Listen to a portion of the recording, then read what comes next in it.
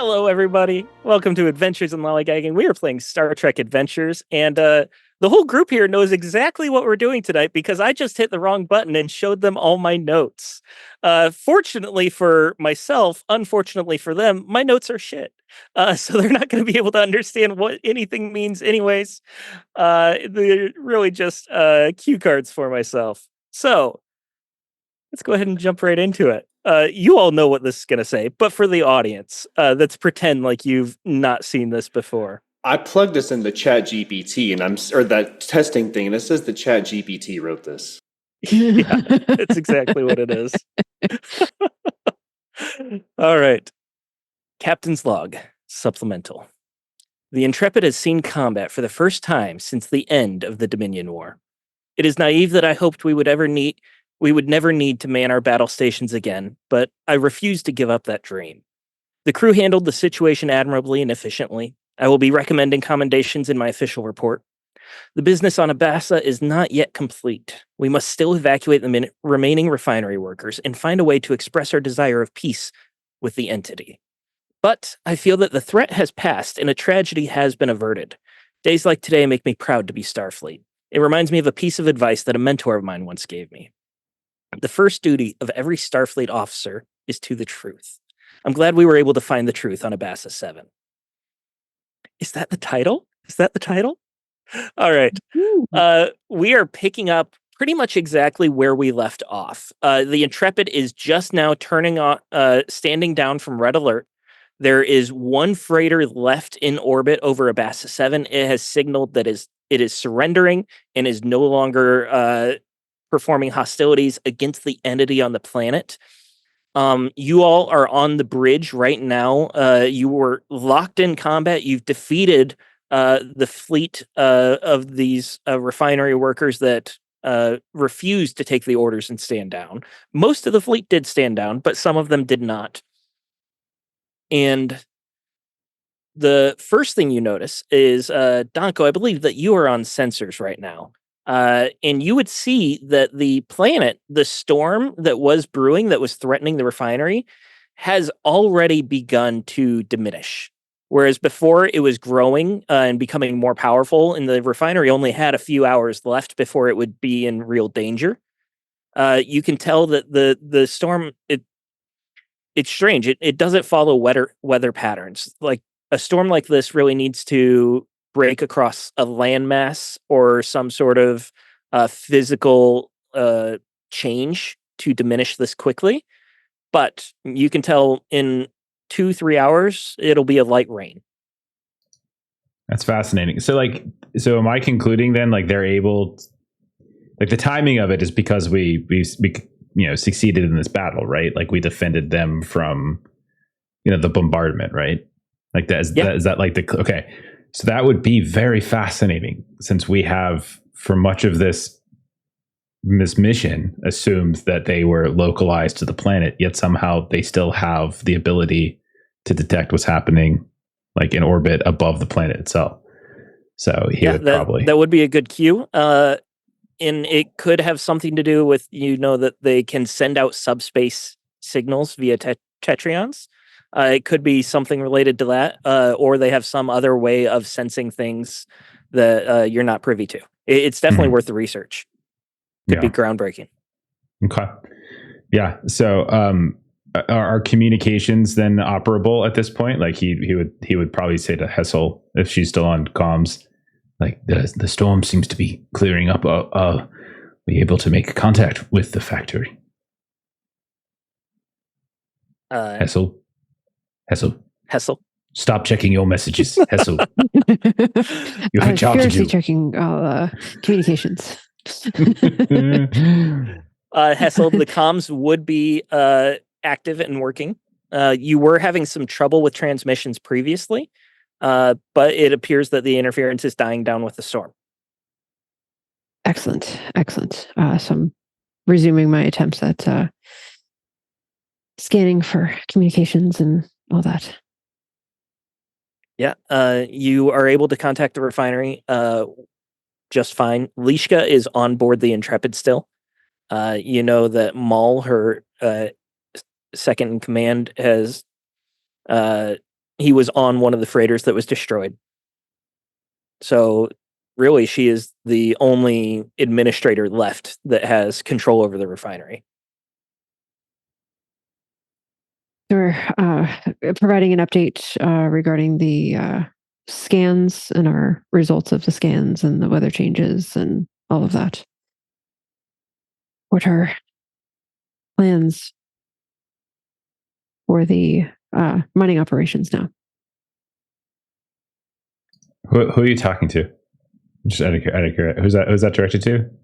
Sorry, I misunderstood. I thought I was asking you to see if you can communicate with the factory now that the weather has cleared so that we could start arranging evacuation and deconstruction of the factory. Yes.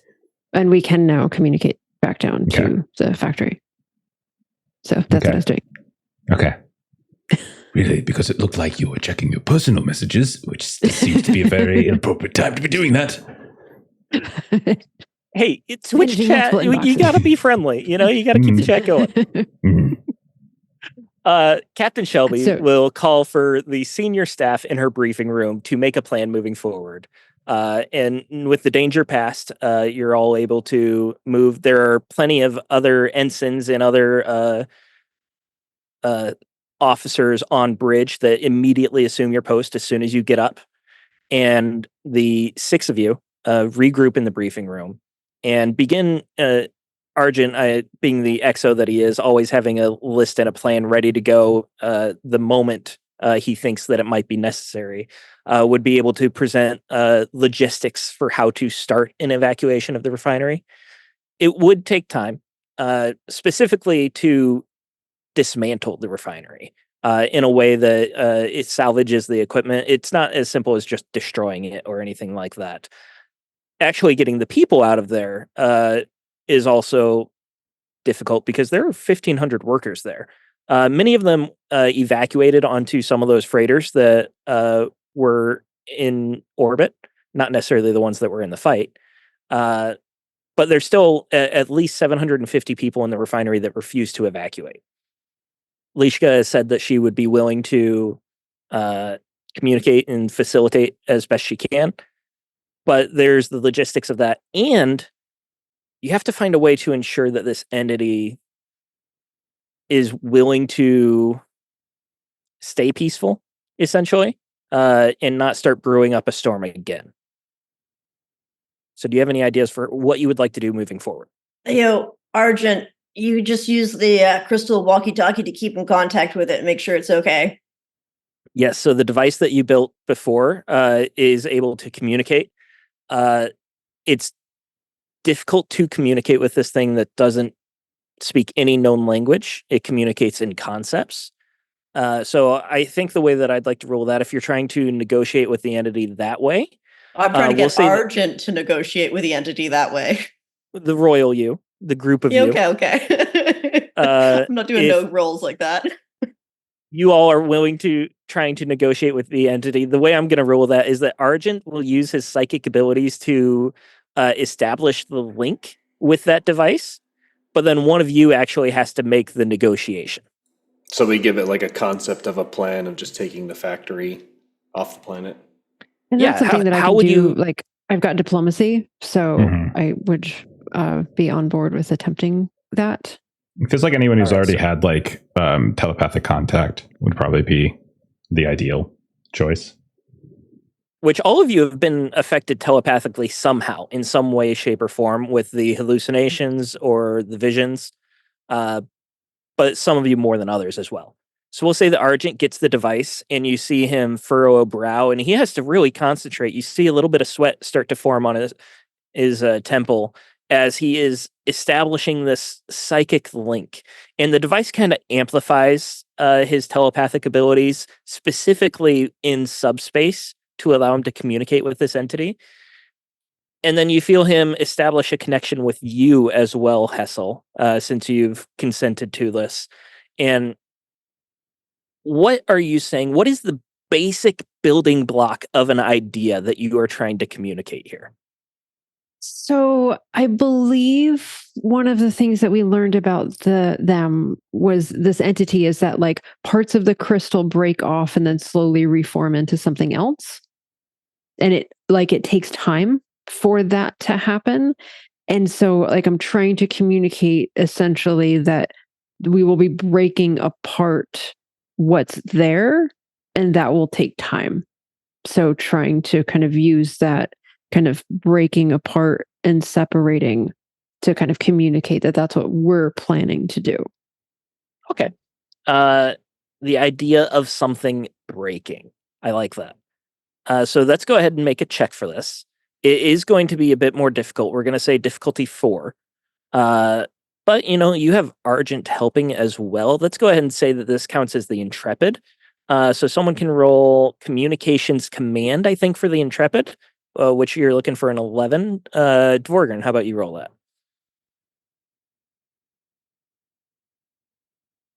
I rolled a 2, so that would be 2 successes then, since it meets the command department. It does. All right, so you've got 2 successes already, Hessel. And this would be Presence Command, I believe, makes sense here, and you only need 2 more. Okay, so Presence Command for me is a 13. We do not have momentum. Because we're doing you lose real 1 important momentum stuff. every scene, and you started Yeah. you ended the last and we scene with used 1. all of it for sure last time. So Do you have determination? You can give him threat, can't you? I can Can do you- that. Lean into one of your values to get determination for the future? So are you leaning into the value or challenging? You the can value? do both. You can Okay. say this is me and this is my value, and you can challenge it. Okay. Because I do have a diplomacy as the first and last solution to everything. So definitely still utilizing that. So And just so then you obviously guys know, you can spend your determination. It's gaining determination. That is what you have to worry about, like the manipulation of your values. Like you can okay. still spend whenever you want. It's usually like if it's an aid. I'm like hoping she can if- gain it for the future. If the mission directive or objective or your values would help you in the task, you can spend determination. Otherwise, like the challenging and stuff like that, that's for gaining momentum back. Okay. I thought you were saying you didn't have determination. determination. That's why I thought we were talking about it. Oh, my bad. Yeah, this would be spending a second determination, which I think we have enough. Okay. And then I have cultural. I don't know if cultural expert would work, but I have diplomacy as a focus. Diplomacy, definitely. Okay. And determination is an extra D20 or an automatic 1. Beforehand, it's an automatic 1. Afterwards, it's a reroll. All right. Then I have 3 successes then. No, you have 4 going into this because an automatic 1 counts as 2 successes. So you are basically rolling to see if you get momentum or a complication here. Neither. So I got 5. Okay, 5 total. So you are getting 1 momentum then, which you can spend here. You establish the psychic link, and you are overcome with another sort of vision. Not quite the memory, the reverie that you had before, but it is something that's visceral. You see it in front of you clear as day. You are standing on a block of crystal floating in the ocean of Abassa 7. You are trying to push this concept of things breaking apart. Specifically, you start remembering the refinery, and as you remember it, you see the refinery in this sort of dreamscape appears in the ocean, and you see it begin to age and crumble and collapse in front of you until there's just the landmass of crystal. Until that crystal, again, begins to break apart and crumble, and it dissipates, and you see it kind of be absorbed into this ocean, this very calm, placid ocean that should have so many more waves than it does. And one of these pieces of crystal from the massive landmass, this 1.5 kilometer landmass that's broken off, begins floating towards you. And it's just this small piece, maybe a meter wide. And you see it begins to grow. You see these small jagged edges that begin to expand, and then they kind of break in a way, and then more crystals expand and fill the gap, and it continues to break and expand in front of you until it forms a shape, a very familiar shape. It looks to be a humanoid hand, and it is in this shape. And then there's just a slight rocking to it as it waves, and the memory begins to recede. You start to come back. You are back on the Intrepid. How do you respond to that? Oh, that worked quite well. It's perhaps we are not making first contact. I just received a Vulcan wave from this entity. And she'll describe what happened in this. Vulcan wave. Interesting. Yes, indeed. I thought so too. And she'll kind of communicate what happened with the crystals taking over the pieces of the building. Kind of trying to see if they were communicating that they'll take care of it, we don't need to destroy it or we don't need to take it apart. Kind of trying to see if maybe they were indicating that as long as we get the people out of the way, they'll take care of kind of taking the bits of this into them. Building appearing, you feel like that was more motivated by yourself thinking of that, communicating that concept, okay, rather than the entity pushing that. Okay. So it does seem to understand our goal then to take this apart, and I believe was bidding us farewell and good tidings, perhaps. Can Vice if we're out of the emergency situation, if it seems like we're not this Vulcan salute, would that be something I can dig into? Do we have access to Vulcan databases on our ship? You think we might see if they've had a contact? You would not even need to make a roll on this. You can do a quick search asking the computer whether a Vulcan ship has ever landed here. Nothing from Vulcan has been here on its own. That doesn't mean that a Vulcan may not have shown up as a refinery worker or a trader, but generally there's no confirmed contact between them and Vulcan. If you would like, you could give me an insight science roll because you have a specialty with what is it? Xenobiology, cultural studies, those types of things. Yeah. And we'll call it a difficulty 1. Okay, so insight science. I'm just gonna rip it. I don't. Okay, dude, I rolled a 1 and a 3. He's like, it's science. I don't need it. That's 4 successes. All right, so we're building up some momentum. It's a good start. And you That's got a one really momentum good start today from yourself as well, Hessel. All right, you take that data, and as you are looking into it, you're also thinking about the times where it has sort of scraped your own memories for ways to communicate. With Hessel, it gave you the reverie of your childhood friend. Talus, it gave you the reverie of that plague that you helped fight. And you get the idea that this was more so it attempting to communicate from using your own memories rather than it expressing itself that way. It was okay, especially with the wave that happened, a very human thing to wave instead of the live long and prosper. It seems like it was combining multiple ways to say friendship, hello, that kind of thing. Okay. So yeah, he would say that perhaps it is just a combination of various somatic greetings across cultures that you are familiar with. Communication is not always verbal, after all. Perhaps it's even scraped your memories of Commander DePaul and your experiences. Interesting. And finding peace with him. That would mean we are still first contact then with this entity. You see, like, he gets his, like, a big grin comes on his face because that's one of his favorite things. Okay. All right.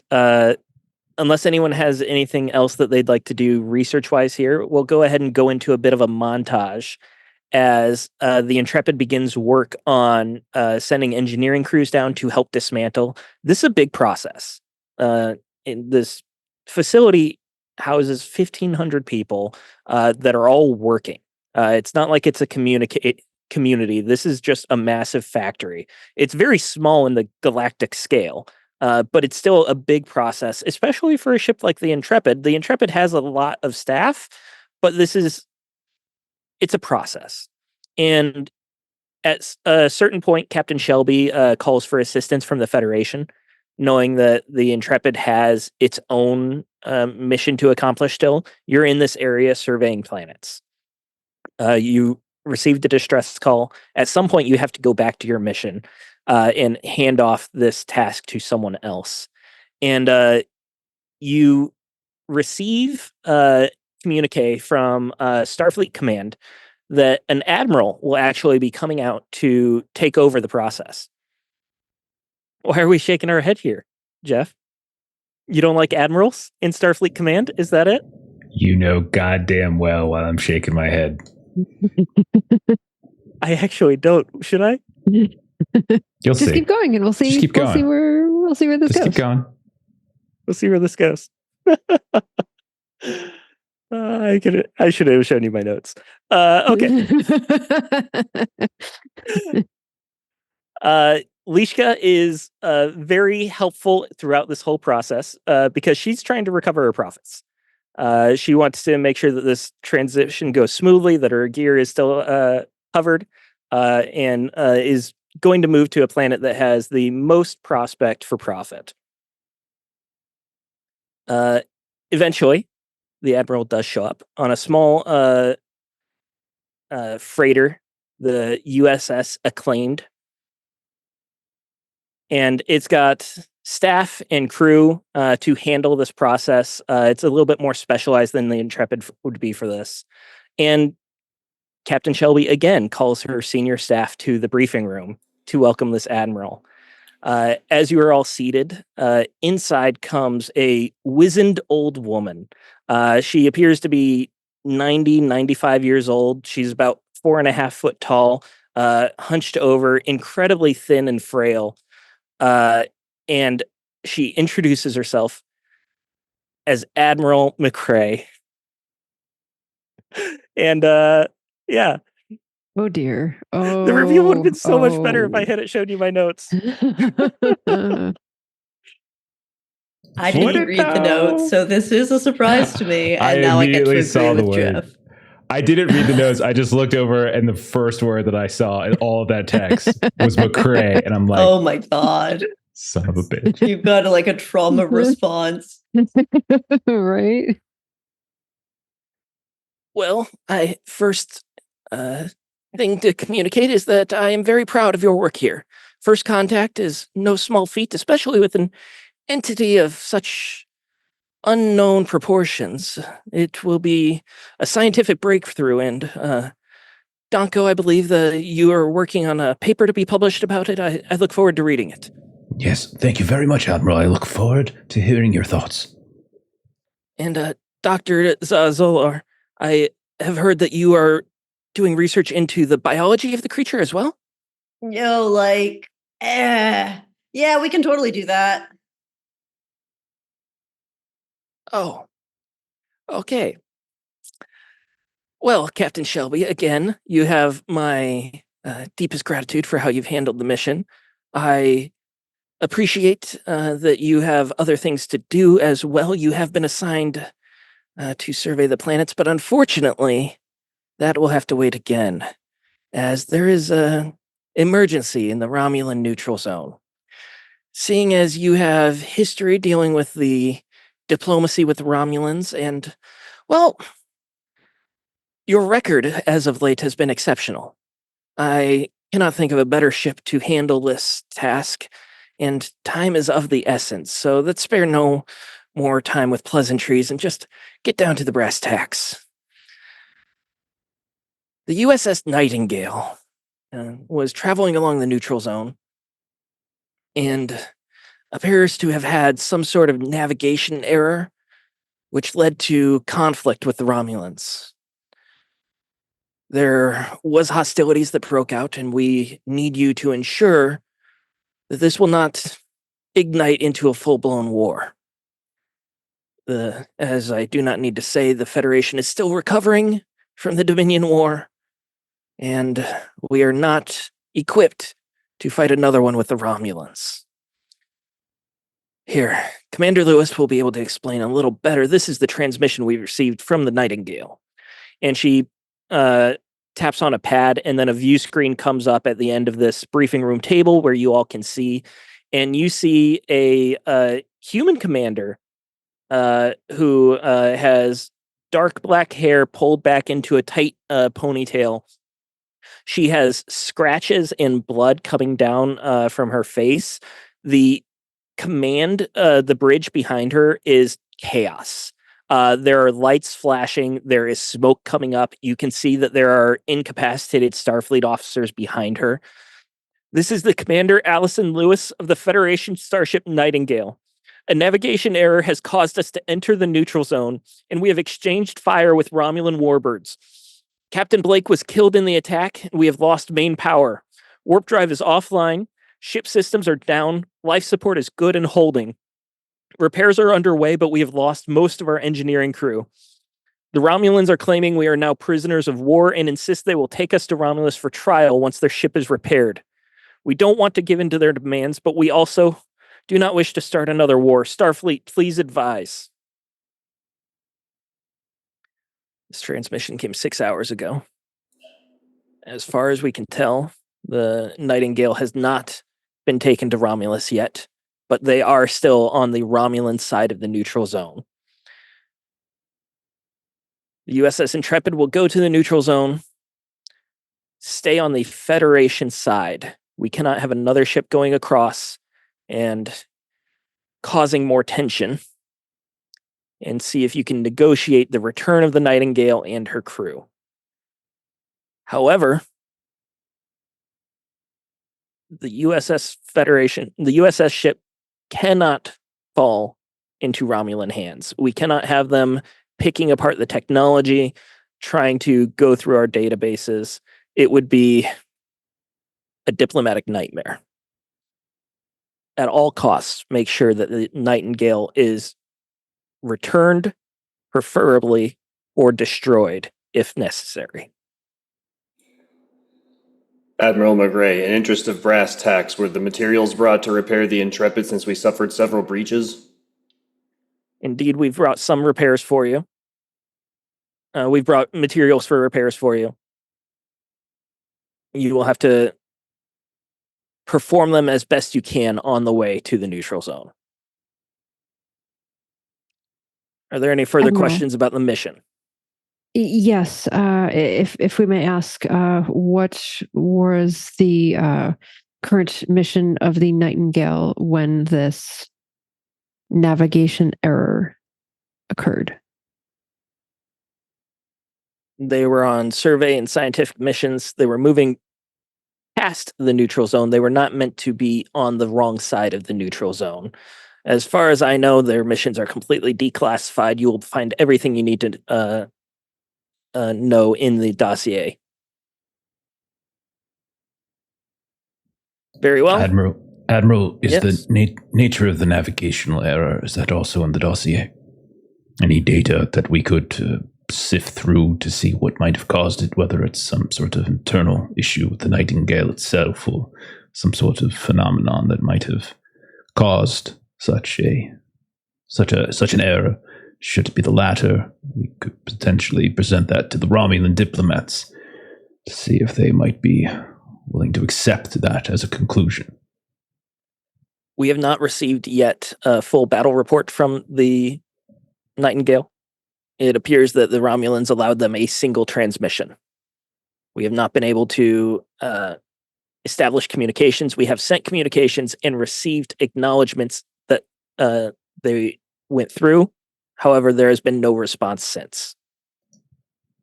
So, Admiral, then they are, as of 6 hours ago at least, Commander Lewis and the crew of the Nightingale are still aboard the Nightingale, yes?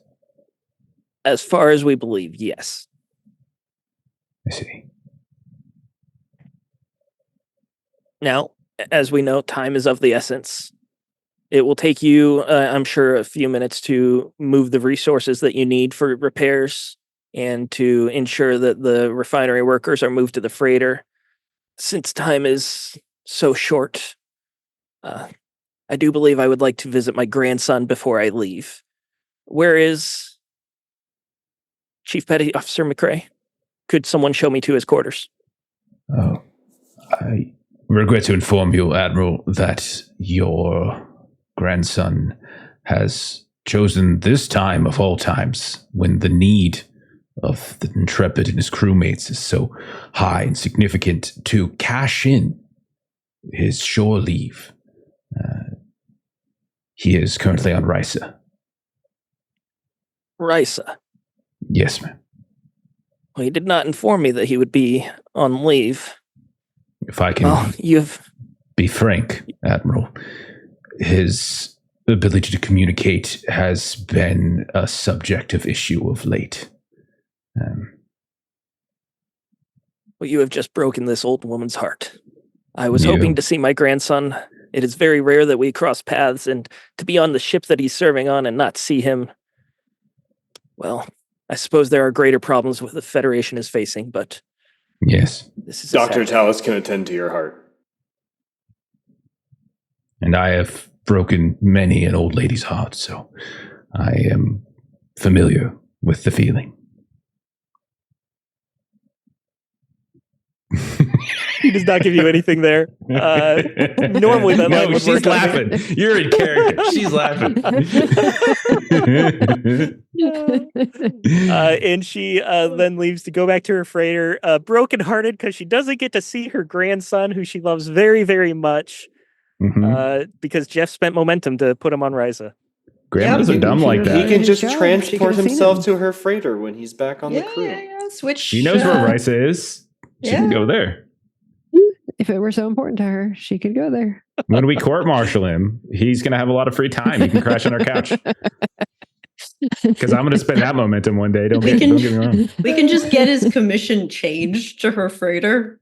Exactly. Get somebody to just pack his things up and put it on her freighter right now. If That'd be you perfect. have such confidence in his skills, he can transport you where you need to go. I was not There aware. might be a little bit of nepotism still in the Federation. Yeah, that's exactly. I was not aware nepotism was so rampant in Starfleet. Yo, like totally. Explains a lot, though. Yes, it does. Totally whack. Lineage. I agree. It is totally whack. Yes. All right. So McCrae begins. Whack. Whack. Yeah. Oh, yeah, I there see. you go. Totally I got thought it. rack. Yeah. That makes so much more sense. Yes. Yeah. Admiral McCrae begins handling the relocation of the refinery. Who would like to? We're going to do a roll here to help you all build some momentum here, just to handle the logistics of handing this off. Essentially, if you are able to get a difficulty 2 check here, you're able to have the time of how long this takes, and it would be a presence command to do so. Hello, Hessel. Yeah. Yeah, I'm like a 13 I have for a that. 10. I have 13. Do you want to flip a coin? I have a 13. You can take it as we'll go for I have a 9. it. That kind of tracks, to be honest. Yeah. Is this diplomacy this is still, whack. or is this a little more? Totally whack, dude. I don't think this would be Planning here. diplomacy. it Okay. it really is more about Logistics. logistics. Yeah. Yeah. Could I assist? If you have anything that would align with that, yeah, we could say you could assist. Because I do have strategy as a focus, which might help with logistics. I feel like they're sisters. in a Strategy is way. more combat and war Well, things like that. Protocols. I can maybe strategize, is yeah. protocols one. Starfleet protocols. I'd take that one. That's true. Yeah. I do have those. That's as kind of well. like a get out of jail free card for me. Like See, Starfleet it's protocol. like Starfleet when has protocol protocols for and everything. strategy have a baby together, they make logistics, right? Derek That's made a true. rules That's true. lawyer for his character. That's what he did. You really did. All right. All right, I rolled So a an 6. assistant, a 6. All right. So you're getting 1 success here, Hessel. So you just All need 1 right. success to have the time. All right. Roll an 8 and a 9. All right. So that's 2 successes, building momentum, and you're having the time that it takes to hand off the personnel on the Intrepid from the refineries. You're able to get them over to the freighter. All the gear and equipment that you've already dismantled and beamed up is now being moved to the freighter as well, along with handling just the introductions between Lishka and McCrae, making sure that they understand the terms of the deals that you've offered to Lishka. McCrae seems very amenable to the entire thing, with the planets that were offered as possible alternatives for the refinery.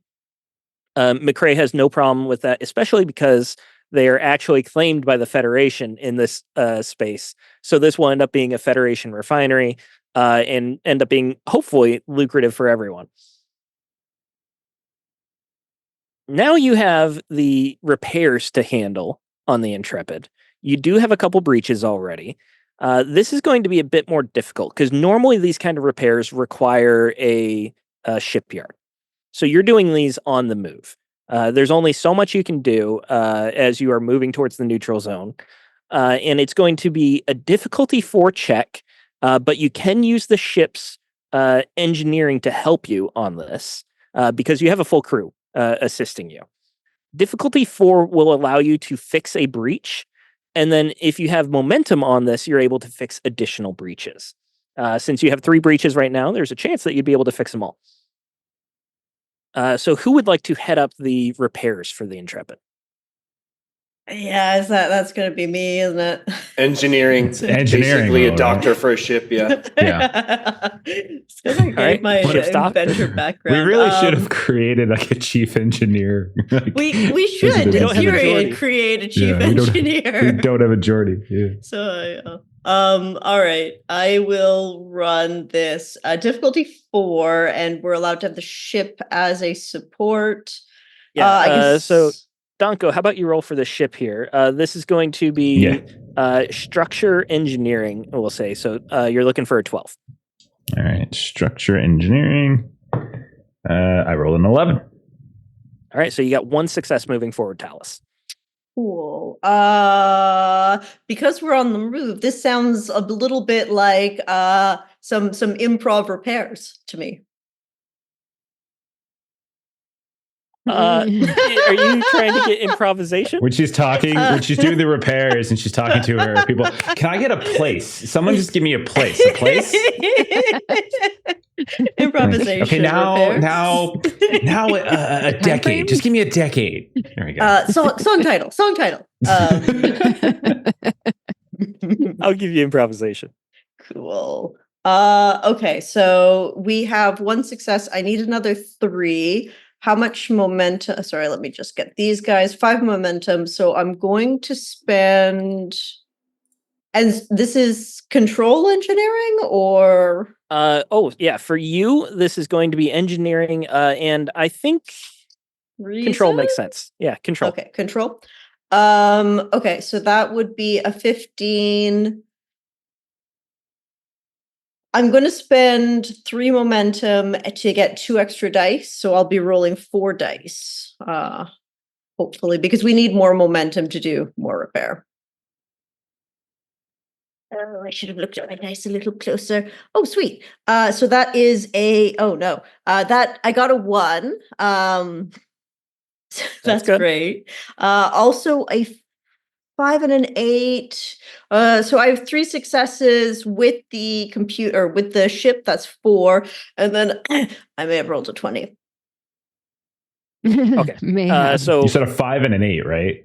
with your 5 and an 8 one, should both be successes, and then the With 1 the is one is 2. a So you two, have right? Sorry, 5 total 5. successes Mhm. and a complication.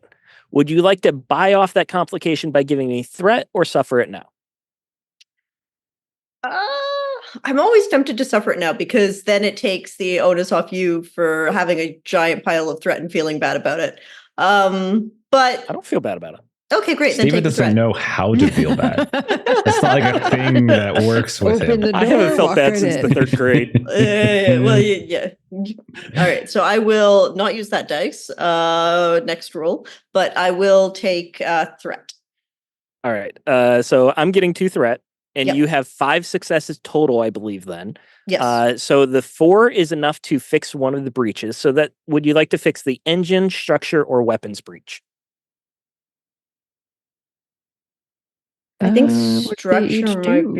be the best one to Structure? fix when we're going into Romulan territory. Okay. Uh, So that's how one. much? then. How much momentum does it cost to like? It have costs her 2 do- momentum to fix another one. So you do have Okay. banked momentum that you can spend here. If you would like to Mhm. fix them all, it would cost you 3 of your 4 momentum because you've got 1 more momentum that you earned on this check. Yeah. Should I just do that? I think so. Yeah. Okay. 'Cause it's Then- all useful engines, structure, and weapons going into it. Yeah. All right. I mean, yeah. Yeah. Mhm. Okay. Then Uh, I will take it all. So give us a little montage here. What does this look like as you are administering the repairs, making sure that the engineers are up to snuff and things like that? Yeah, like totally Bowser is really unreliable. I don't know why he's our chief engineer, but we really need a new one. he is now, Bowser's Jeff. the chief engineer now? He is He now, just got He's Jeff. our promoted, chief yes. transport officer. He's Admiral not Yeah, McRae McRae. came in but with he's like- promotion orders. and Steven, who's our chief engineer? What is the name of our chief engineer? We have a supporting character for this, don't we? We have an ensign who is not actually a chief engineer. It's not my dude. It's not. It's We not have Joe. Ensign Hutchinson Yeah. is the Yeah. engineering I'm a pilot. ensign. He only has a 4 on engineer. That's not chief engineer. That's like as All right. good as me engineer. So your chief engineer is Yeah. Oh, we're doing hold a on one name second. generator. I see. No, Yeah. not No? generator. Oh, okay. My bad. I'm just going to the right page on the book. Chief engineer Mhm. Jorsh, like Josh but with an R. He's a Tellarite. Say it again. George. George. Jorsh. Jorsh. Jorsh. George. Got it. Jorsh. Chief engineer. So I guess Talus is probably actually in the med bay trying to deal with the number of sort of individuals that were taken down during the ship battle. I know we had one of our effects was that we disabled a lot of our crew during the battle. And George just keeps coming in. It's like, oh yeah, like totally, dude, you actually just need to do this, this, and this, and this. And if you triage this bit, it totally works on a ship just the same. Yeah, and Jorsh is a Tellarite, very similar to our very own Dvorggern. And he is a bit stubborn and does not appreciate the tone that you take throughout these repairs.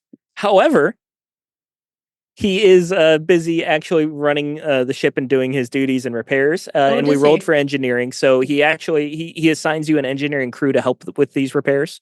But he's busy with the day-to-day operations and essentially gives you free reign as long as you do not come into his office and start using surfer lingo with him. Totally whack. But listen, like 10-4, we just gotta hang 10 and get this, this, and this done. I'm mixing up my slang, but you get the idea. All right, moving on. Thank you. You are moving at warp 8 to the Romulan neutral zone.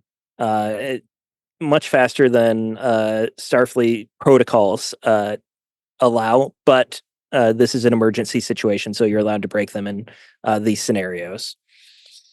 You are able to look over the dossier of the Nightingale You have full access to the entire ship's history, the crew list, the manifest, and everything. Looking over the mission, which you asked about before, it appears that they were on survey missions. The USS Nightingale is a Nova class. It's a relatively new ship. It was commissioned in 2368, just about a decade or more ago. It would have been 13 years ago. It's relatively new. And it's actually very similar to the Intrepid.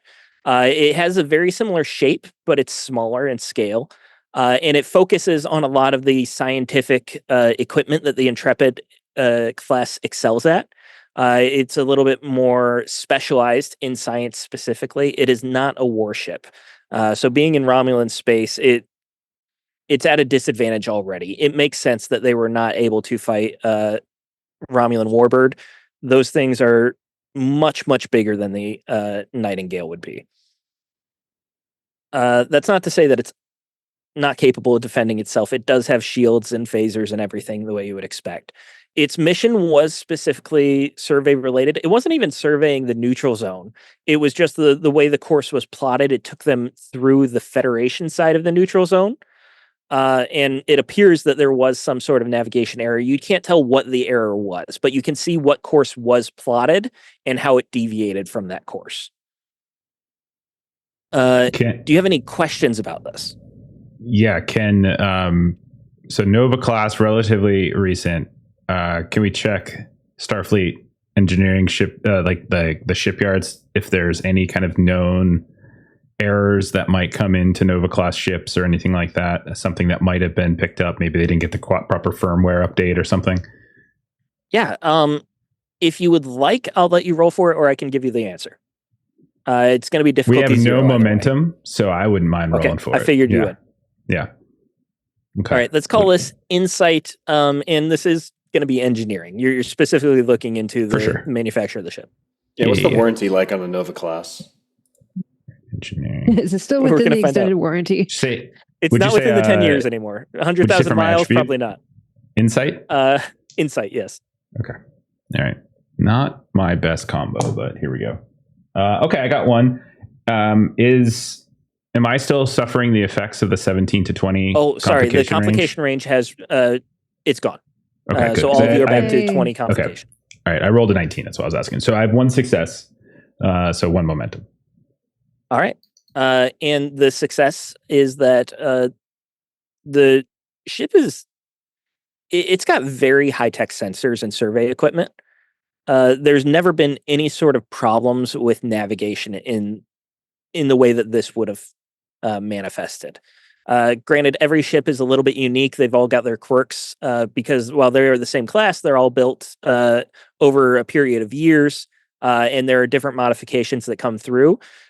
Whatever it is, this is not a fault to the class. Okay, the class of ships.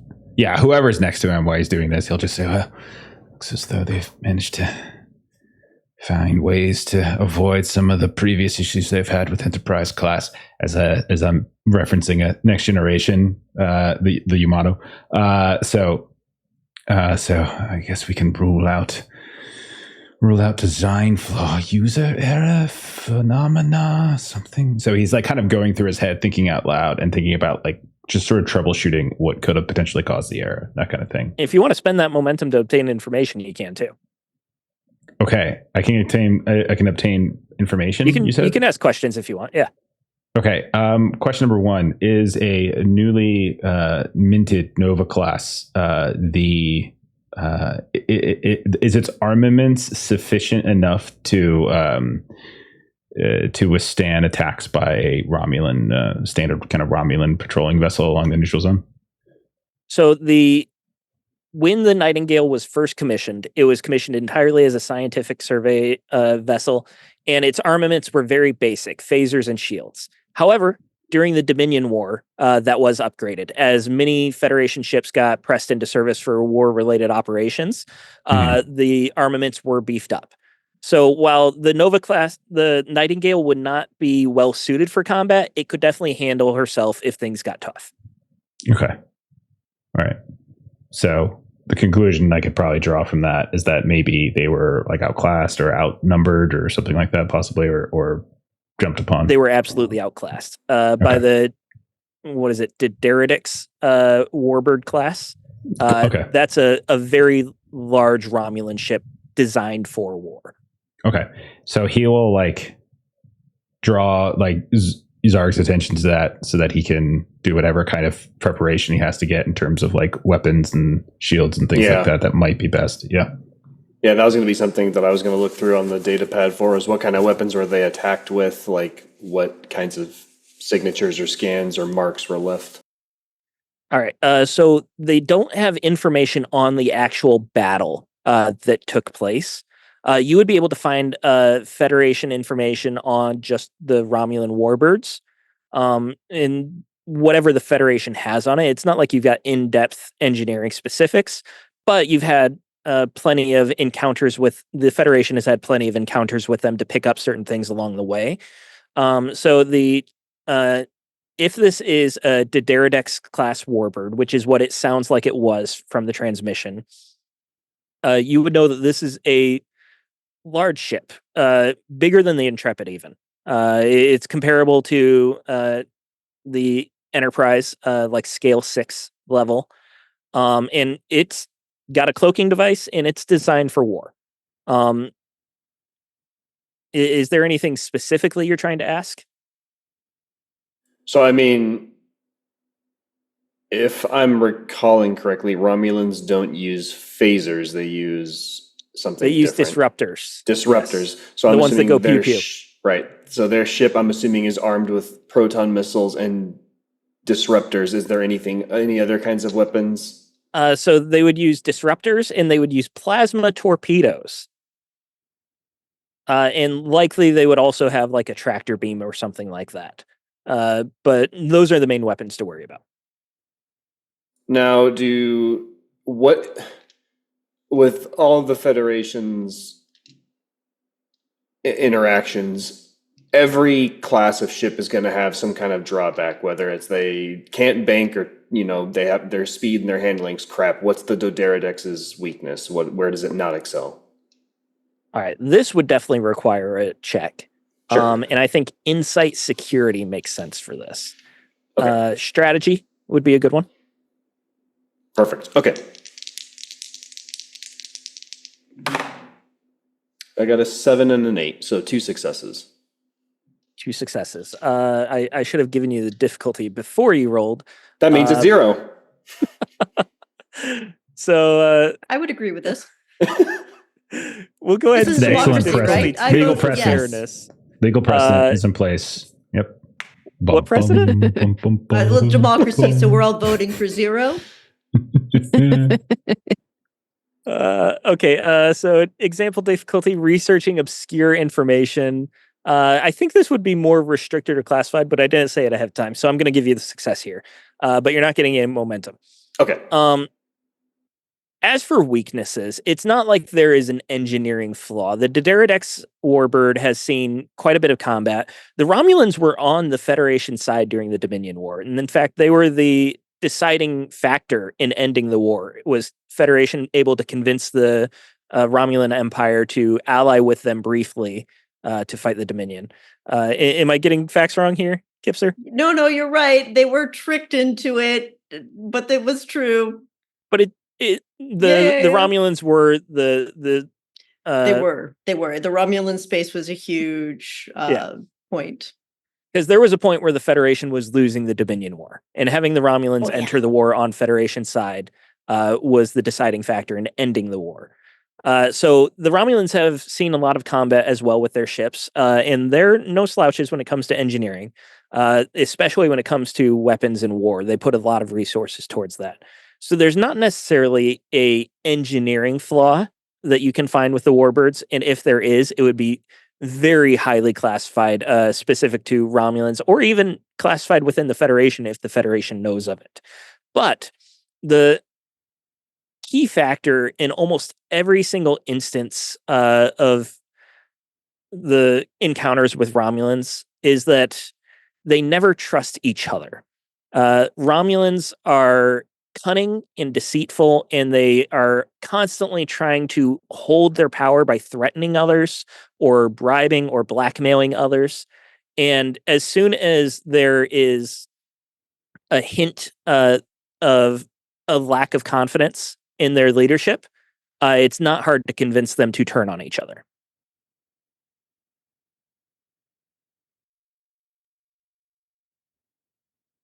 Okay. All right. I would say something that Hessel would be interested in if we have this data, and we may not have this data from the Nightingale. Seeing if there were any like subspace communications that sort of came and went from the Nightingale kind of just before this navigational error. Yeah. So this wouldn't be in the dossier, but that's not to say that you wouldn't be able to try and figure it out. I think it would require some technical know-how. You're the communications officer, so you definitely know how to do this, but it would require things like searching databases of other Federation outposts and star bases and ships to see if any sort of communications came their way and trying to piece together that. It's something that would take time more than skill. Let's go ahead and call this insight. I'll take con or there's a lot of argument for Say command, no con, more. or engineering. Insight con is 15 for me. So Okay, there we go. Once you say insight con, there's no need to say anything further. And I do have a focus in subspace communications and Yeah, that'd be communication great. systems. Subspace for sure. Both of those, yeah. And we're back. I'll leave them. Okay. Well, good thing the other stuff cleared. It's a 1 and an 18. So thankfully the 18 isn't a bad thing anymore. All right. So The 2 1 is a successes. success, though. You're getting 2. Did I say difficulty 2? I meant to say it. So that is, I got to start saying the difficulty ahead of time. Yeah, sure. I really did mean to say difficulty 2. Sure. All right. This is my I believe you voice. You are able to piece together a sort of network of communications, and there was not anything that seemed unprecedented coming from the Nightingale. It seems that they were on standard routine. Like the mission that they're on was not classified. It was very basic survey and science oriented. There's nothing to hint at any sort of impropriety or sabotage or anything like that. Okay. Yeah, I just wanted to see. I just saw in chat kind of an idea that there may have been some kind of communication into signal, maybe some sabotage or something. But at this point, it'd probably be difficult to tease that communication apart from any other normal communication. All right.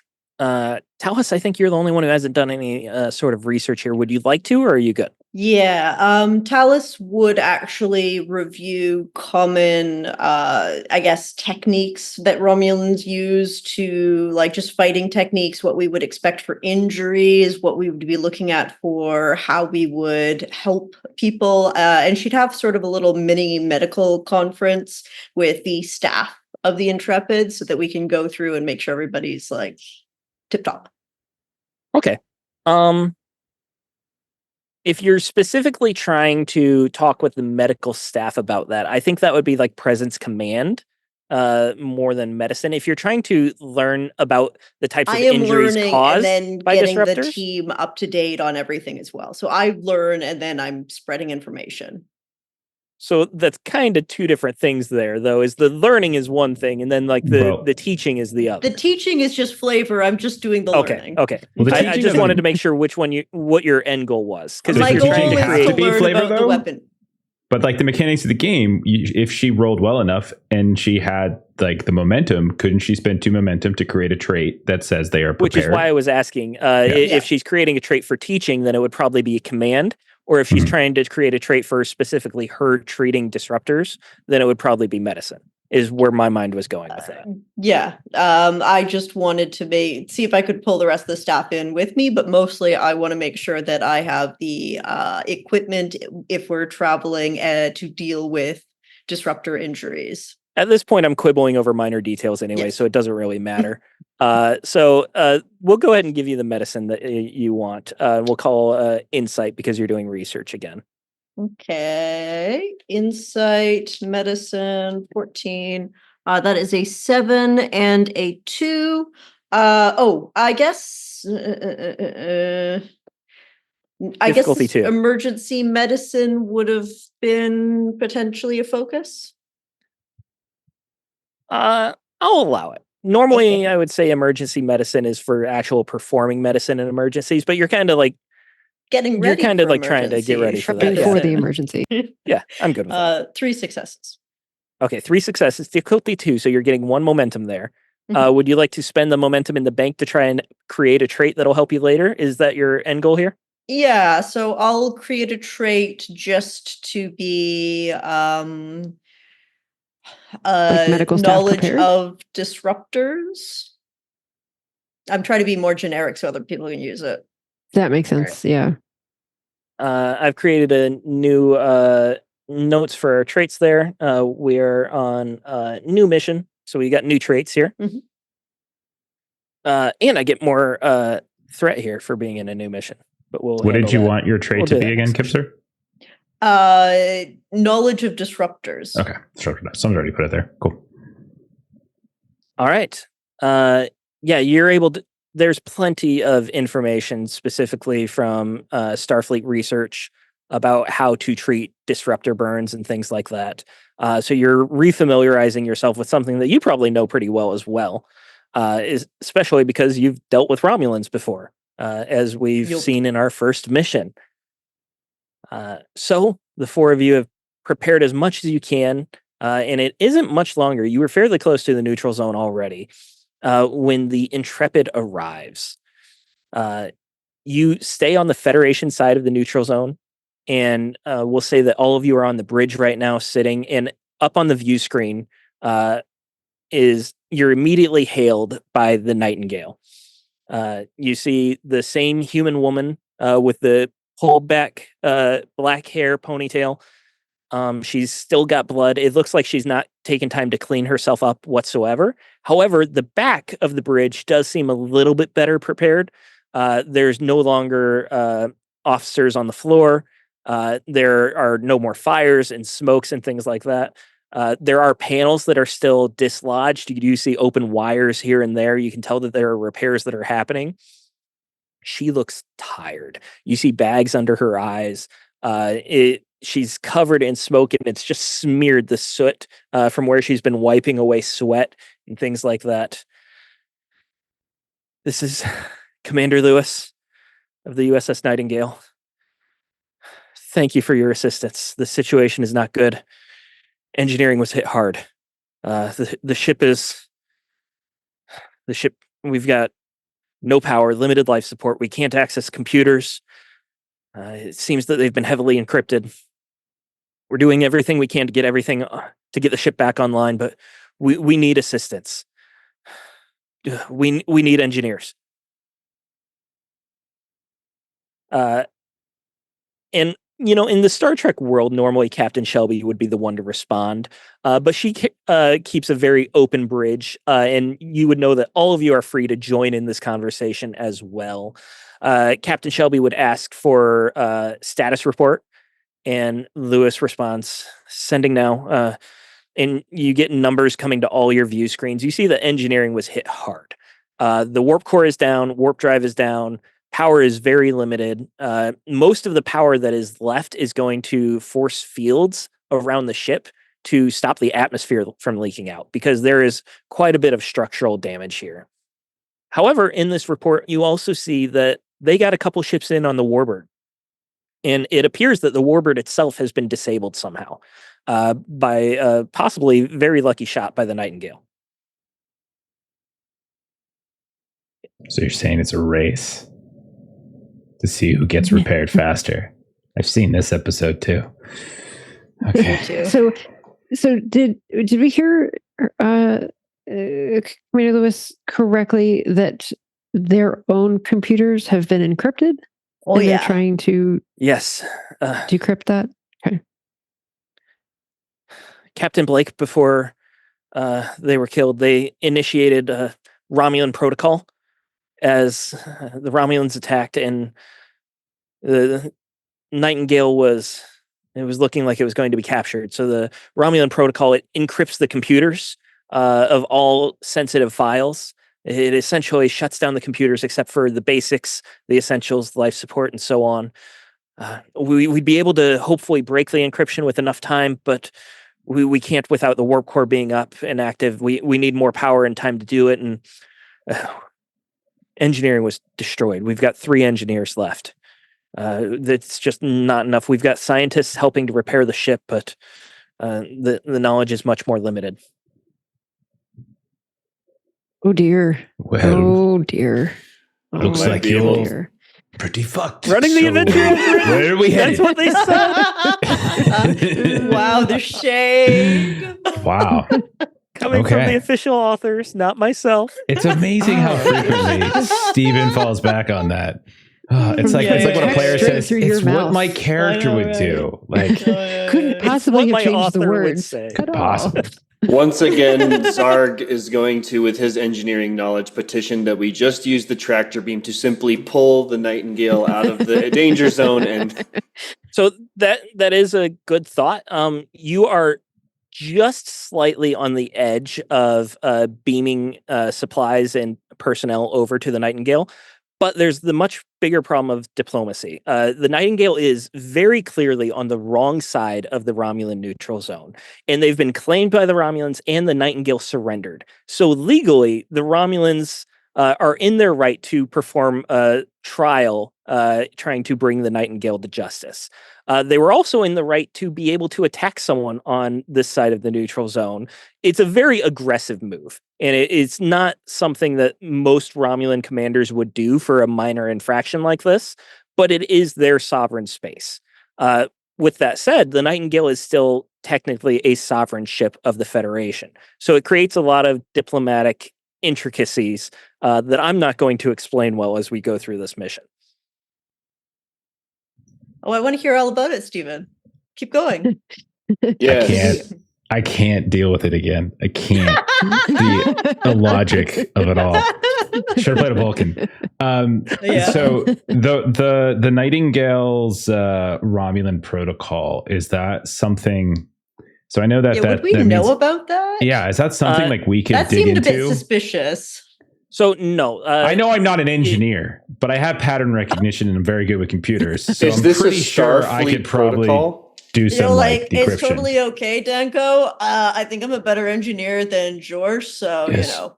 I mean, I was my fourth host was an engineer, very effective one. So no, it's fine. Whatever. Anyhow, Didn't you say they were a social engineer?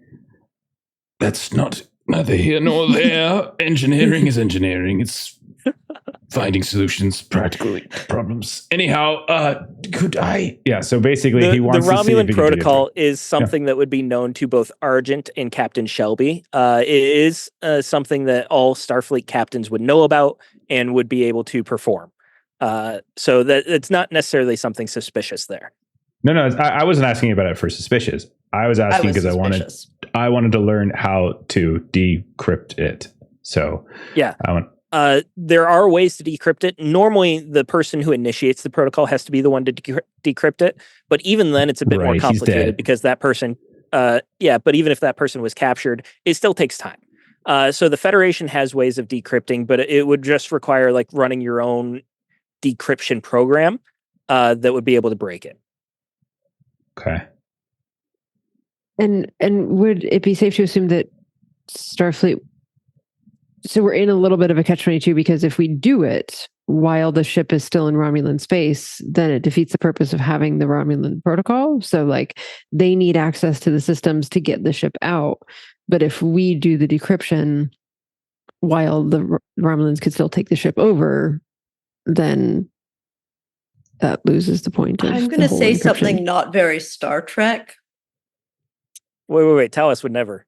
would No, never. Talus would Yeah, I not. know, right? But luckily we have Dvorggern here. Talus would never. But we have Dvorggern. If there's no witnesses. Well, I can guarantee that they would have certainly communicated to their superiors about the incident at the neutral zone, just as our ship communicated to us. There is, to use an old Earth phrase, It's just a paper some trail. Romulan said something and they don't trust each other. Yeah. Out of Star Trek as well. How come Romulan space is called the neutral zone? Is that some kind of sick joke? It's the space in between space. It's a Yeah, yeah, yeah. demilitarized Yeah. zone. So it's the But they border have between the- the Federation and Romulan. There's the Federation neutral zone, the Romulan neutral zone, and you're allowed to be on your side of it, but Mhm. essentially you're not supposed to have military outposts there. You're not allowed to build strategic bases in that neutral zone. Right. I'm just going back to what you were saying of that while it was an aggressive action, they were within their rights to do it. And I'm like, but it's a neutral zone and it's a scientific vessel, not a military The neutral zone outpost. refers to where you build military outposts, not that your military ships can't move through it. And So you can besides, still patrol they the went neutral zone. across the neutral zone into Romulan side of space. Yeah. So they are literally on the wrong side of space. I mean, it seems Okay. like we have... It's neutral, but it's not really neutral. No Right. man's land. There's the space. No man's land and in then a there's way. everybody's got their neutral, and then Yeah. there's the thin line in between. You So still then- take pot shots sometimes through the no man's land. Kind of Are thing. we looking to try to help them with engineers to repair and get them the hell out of there, or are we looking to do a diplomatic solution to this? Because if we're trying to get engineers onto that ship, we need to devise a way to to cross neutral zone. Probably not in the Intrepid, probably in one of our shuttlecraft, and trying in a way that's going to not alert their sensors, which is going to be tricky. Yeah. And you would see on your sensors, the Romulan warbird is still very close to the Nightingale. So it appears that it has been disabled. It seems to be adrift as well. So it's drifted a bit further from the Nightingale, but it's still very much within weapons range of each other. Right, but their systems have been somehow affected as well, right? Yes. Okay, and the debrief that we just got from Lewis, they're pretty sure that the Romulan is currently the ship is currently in trouble because of the fight, not because of some secondary element, right? Some third party weird phenomena that's affected both ships somehow. You don't see any indication that there was some sort of third party phenomena. If you want to know specifically more about the damage to the ship or recreating the battle, I'd require a check for that. But there's nothing in the report that says Tetrion wave came through and damaged the ship. There's nothing like that came through. Stephen, you may or may not be able to remind me. Do the Romulan warbirds have view screens, or are they just using the sensors They do have view what screens. the Dominions? Okay, because is it pointed towards the Nightingale right now? The view screen. Well, the view screen is like a TV where the camera Change puts an channels. image up. It's not necessarily a window. Okay. It's not a There would portal. probably be windows somewhere throughout the Romulan warbird if they wanted to see physically, but it's not like they would use that very often. If It would we be on the Yeah. Intrepid where Yeah. it's more for decoration. Because that, cameras and sensors can be disrupted at a distance. Yeah, I mean, it's space too, so it's the distances are all relative. We could Yeah. get a shuttlecraft across there, but we'd have to figure out ways to essentially keep their sensors from being able to detect it. Is essentially what we'd have to do. We just need a burst of noise in space enough to disrupt it so that we can get the shuttle there. So I guess maybe 5 minutes or something, right? Well, we're crossing from our side of the neutral zone through the neutral zone to the ship, so we would have to kind of calculate how long that would take. Yeah. We can't just beam aboard their ship. No, we're not allowed to do teleportation. Oh, Sorry, I had to do it. yeah. It's true. You are within range of beaming. They don't have shields up, so there's nothing physically stopping you from beaming other than the diplomacy of it. Because as soon as you enter into Romulan space, you are subject to the same protocols that the Nightingale is subject to. So they could you're on the wrong detect side. they could detect if we beam onto the Nightingale.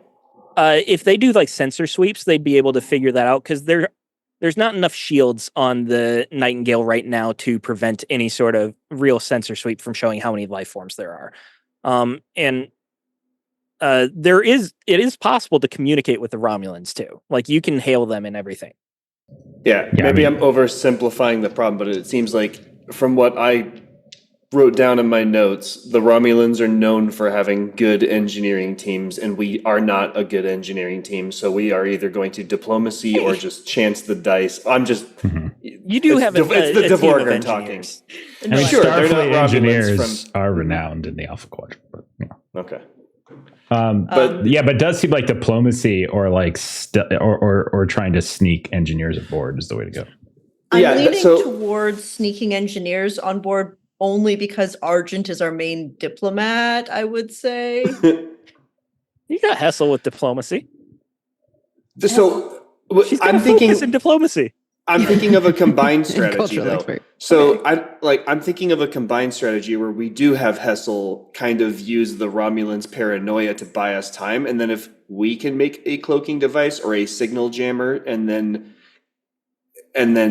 sneak aboard the Nightingale and get it out there while we buy time, it's kind of the best of everything. Now, Two-pronged I attack. think, I think anyone- with all the sorry, go ahead.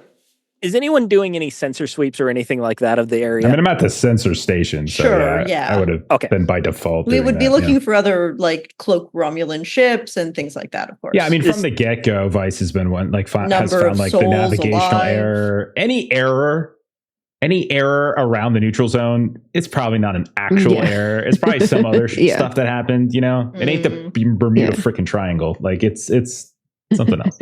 Yeah. Give me a Or- difficulty 1 insight science here for sensors. There are no some triangles in other space. missions. That's true. Can I ask the a ship genuine question without getting into a fight? Why do you make me do insight a lot? Because isn't insight about understanding people and their feelings and being open to different ideas and ways of thinking, covering Jeff, I could self-awareness, stop using conscious? insight now. Give me reason. Okay.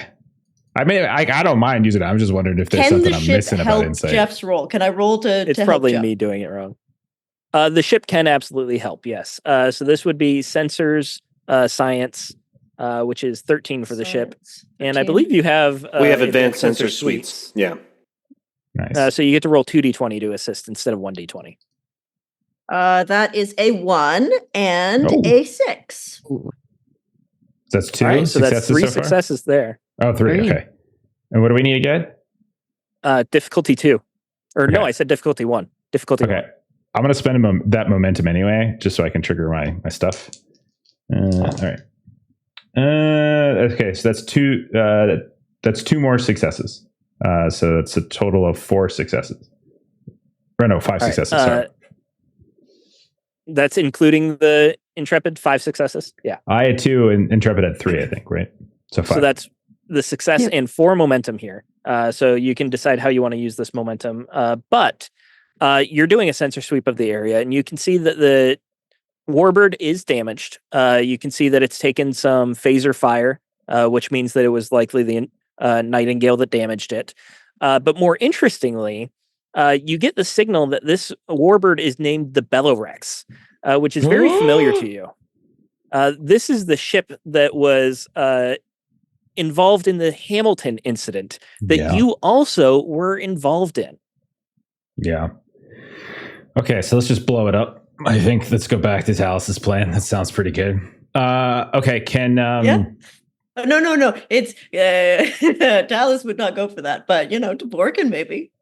there's no way our captain would let us do this. So No. I'm just gonna- I want to No. spend my bonus momentum that I get because I spent a regular momentum. So I'm going to spend that to ask to obtain information. Steve, is that okay? Can I do that? Am I allowed to do that? Okay. I want to see if the what's it called? The Bellorex has made any upgrades to their arsenal or to their ship since we last encountered them, because I'm sure we would have significant records having scanned them multiple times. I'm sorry. If you That means actually- yes. Computer, can We you weren't repeat that able to message? scan them because they were cloaked during the Hamilton incident, and you cannot detect Romulan warbirds while they're cloaked. As we all know, there are no I mechanics can't for do that. it, man. The book I does can't- not allow it. I can't do it. I can't do it. I'm sorry. I'm trolling you. Why? So Stephen tried to hide mechanics when he figured it out later. I didn't try to hide them. I had not seen them at the time. And then didn't bring them up when he figured it out. And then didn't bring them up because I didn't want to admit I was wrong, but I'm bringing them up now. It is possible to detect a cloaked Romulan warbird. This one is not cloaked in front of you. Whether they've had any upgrades, none that you can see. It appears to be the same capabilities as before. Okay. And then my second question is, as I'm scanning and trying to understand the nature of their ship, they are currently disabled. Somehow their various ship systems are disabled. Can I get a read on exactly what systems those might be? Yes.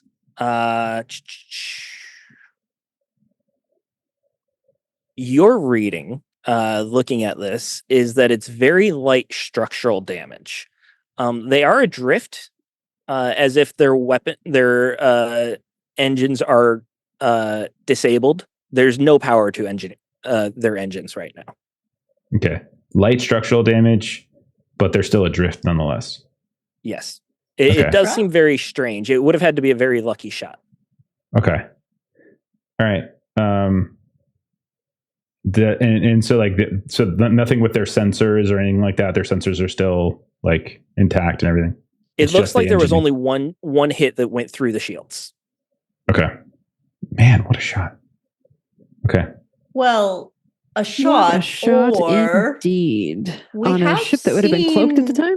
Sentient viruses before in Star Trek. So while you're still thinking of questions you want to ask, Donko, Hessel, you'd be able to look at the battle report.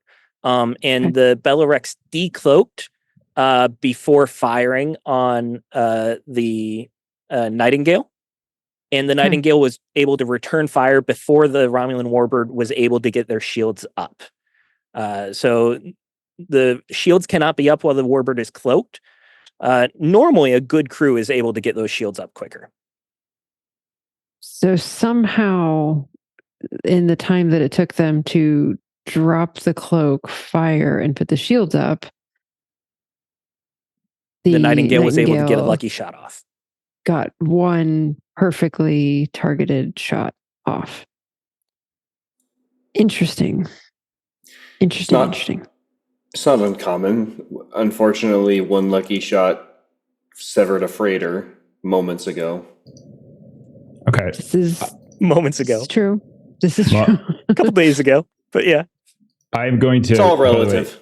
Use my trait, my little combo thing since I asked 2 questions, to create a trait and just say weak spot, like Romulan weak spot, since we technically know it. Yeah. So, do we believe that the best course of action would be to have Argent and myself request to beam aboard the Belarex and attempt some negotiations with the Romulans?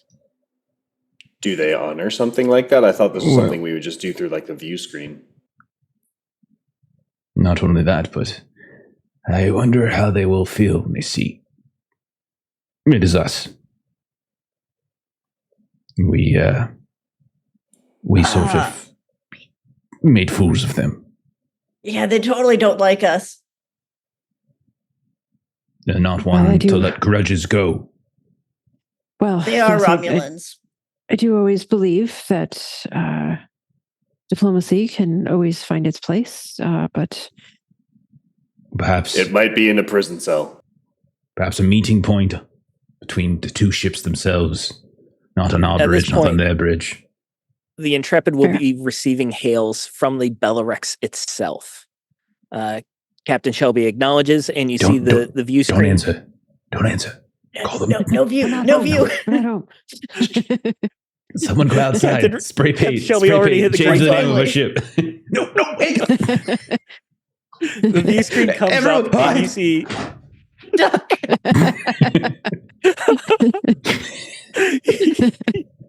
That's funny.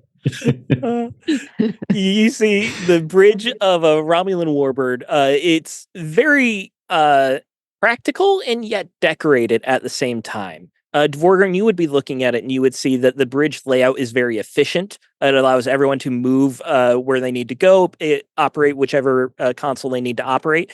And yet, there's still this priority of putting aesthetic first. So while they're able to efficiently use this bridge, there's still columns that are specifically decorated to make it more visually pleasant for Romulan taste. There's still lighting in certain ways to give it a sort of ambience. There's it has a presence of its own that is almost dominating. That if you feel like if you were on that bridge for a long time, you would almost feel intimidated by the work that was put into it. There is a Romulan commander that appears. He has the standard Romulan bowl cut. You see that he's a bit older. He's got heavier wrinkles. He's got that orangish skin that kind of like has the sparkle, the twilight sparkle that Romulans have for some reason. They put glitter on when they get up in the morning. And he's got the big shoulder pauldron uniform on as well. I'm Commander Merrock, and you would all recognize this name as the commander of the Bellerex, the same commander from your incident with the Hamilton. The Nightingale has surrendered. It is now property of the Romulan Empire. It will be brought back to Romulus for trial. Well, I suppose that there was a bit of a navigation error, and I do apologize for that. However, we are here to see that our fellow Starfleet officers are unharmed and to resolve this situation amicably. May I ask, are you all well? We could send medical staff over if there is any need. We do not need. Our ship was mildly damaged, and we are working on repairing our engines. They will be up shortly, and when they are, we will be returning the Nightingale to Romulus. Is there anything you all would like to chip in here? You don't have to. I just want to actually ask, is this view screen am I able to see anything in the background? Like, would there be any like ship statuses that you could try and discern, or is it just kind of like zoned in on his face? His face takes up most of the view screen. You would be able to see consoles back there, but it's not like there'd be enough definition for you to really pick anything out like that. You can tell the general status of the ship. Power's up. It doesn't appear that there's any sort of red alerts or flashing lights or anything like that. It doesn't appear that they've taken any heavy damage to the bridge. Commander Hessel, Yes. should we set it up, like pretend like there's a virus that's in the air that maybe affected their engines? There's no air in space. Shh, Dvorggern, shh, you're ruining my plan.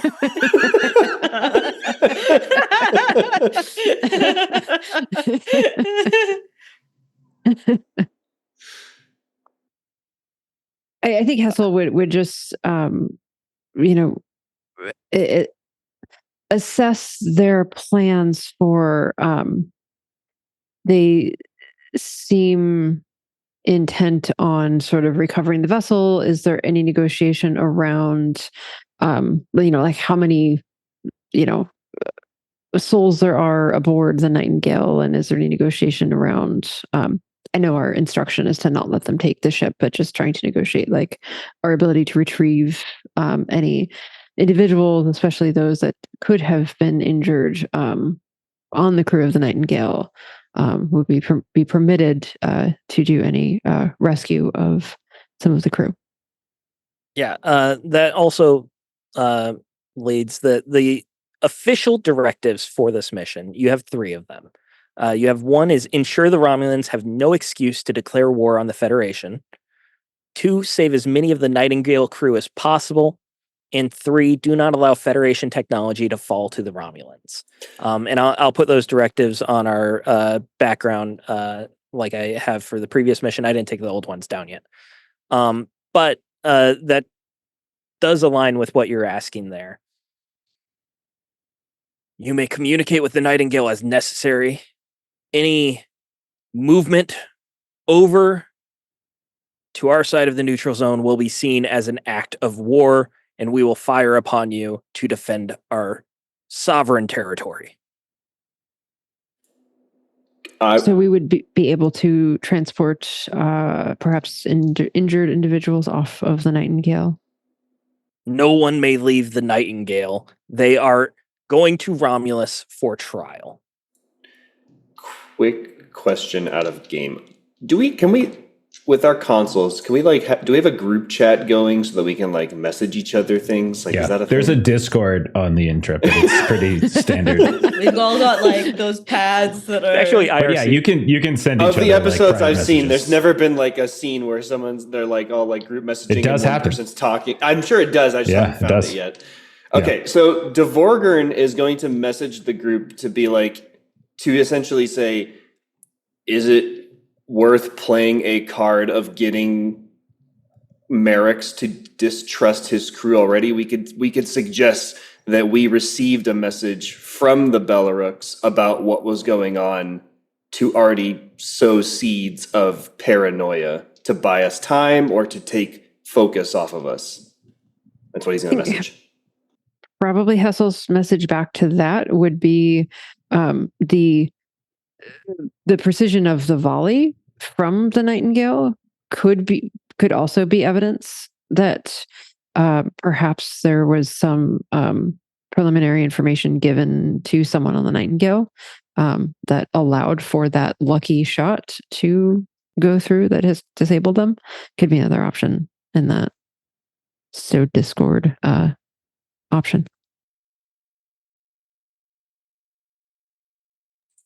Are you going to say something along the lines of that? So mechanically, it's just not to get too meta, but is there a role of we're trying to do diplomacy, or we need to kind of hit a right now you haven't point? necessarily asked for anything other than to get people off, and he already said no.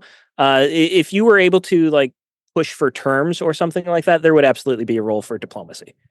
Or perhaps ask if we could transport medical personnel to the Nightingale, as during the attack, most of the medical facility was destroyed and our medical personnel was killed. Yeah. Understood. And so Hessel will make that offer. Would it make the request? We would like to send medical personnel to assess those individuals. You've already sent one ship onto the Romulan side of the neutral zone, and now you wish to send more after? Not a ship, just sending individuals over to provide some medical aid. So that would be something that you would not need to do later. So you wish for me to consent to you breaking the treaty once more by sending more Starfleet personnel to the wrong side of the neutral zone? Well, this is a negotiation, as it were, so that is a request that we would... He was on the wrong side of the neutral zone 2 weeks ago. It was a couple months ago, but yeah, it wasn't that long ago. These things happen. Not sure calling him out on that is going to engender any good faith. What assurances do I have that you would not be sending more soldiers? That this is not the precursor to an invasion? Well, as I'm sure you will find when you board the Nightingale, there were not soldiers on the Nightingale either. It is a survey ship that was tasked with surveying. So most of the personnel there are science officers and other such. And we similarly are a survey vessel as well. So we are very well. Your terms are acceptable. Staff. We will both send boarding parties to the Nightingale.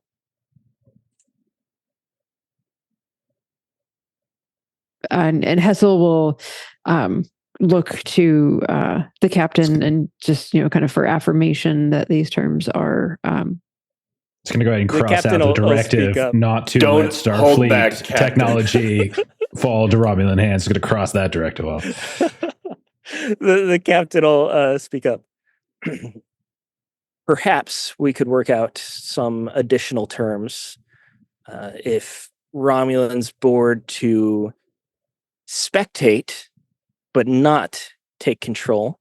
That would be acceptable. To see that we are providing simple repairs and medical personnel to see to the well-being of our crew, we will not consent to any Romulan soldiers boarding the Nightingale.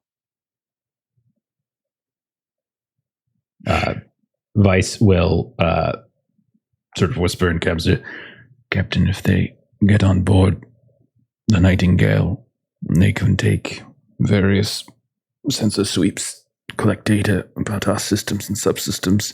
The Admiral is very explicit in that we should not let any technology fall into the hands of the Romulans. While they might not take control of the ship, the amount of information they could gather from just sending a few of their capable engineers could be significant and nearly as devastating as taking the ship itself. He says that with his hand over his mouth, so there's no way they lip read that. No, that's fine. Let's go ahead and say in established Star Trek canon that there is like a sort of like UN watch protocol where like there are standardized terms that you could agree to that you would be able to move onto a ship, but you're not there for espionage. It's more of a ambassador role. If you guys don't agree to that, then obviously they wouldn't put towards that. But that's what Captain Shelby would push for.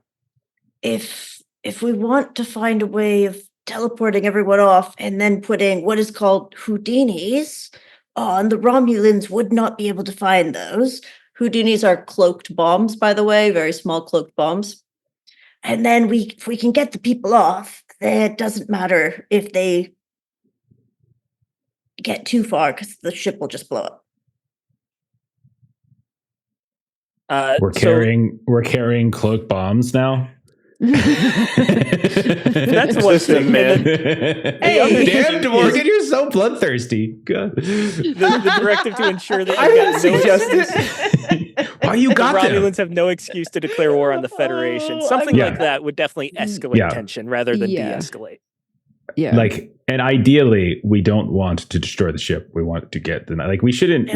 I just generally think we shouldn't leap to that like so quickly. Like, we should probably make every effort because there's plenty of ways to make a starship implode and explode on its own.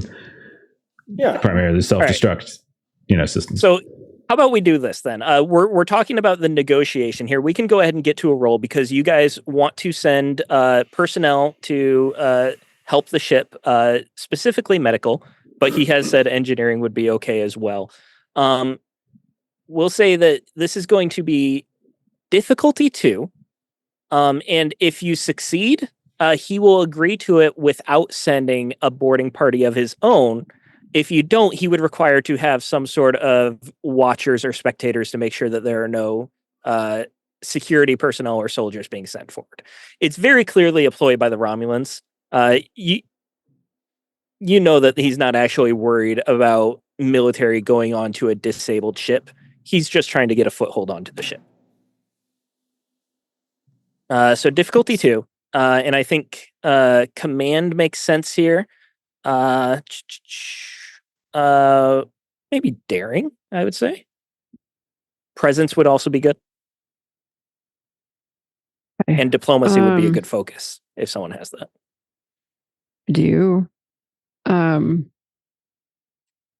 So we need 2 successes. I could take 3 momentum to get extra dice, yeah. 2 extra. Okay.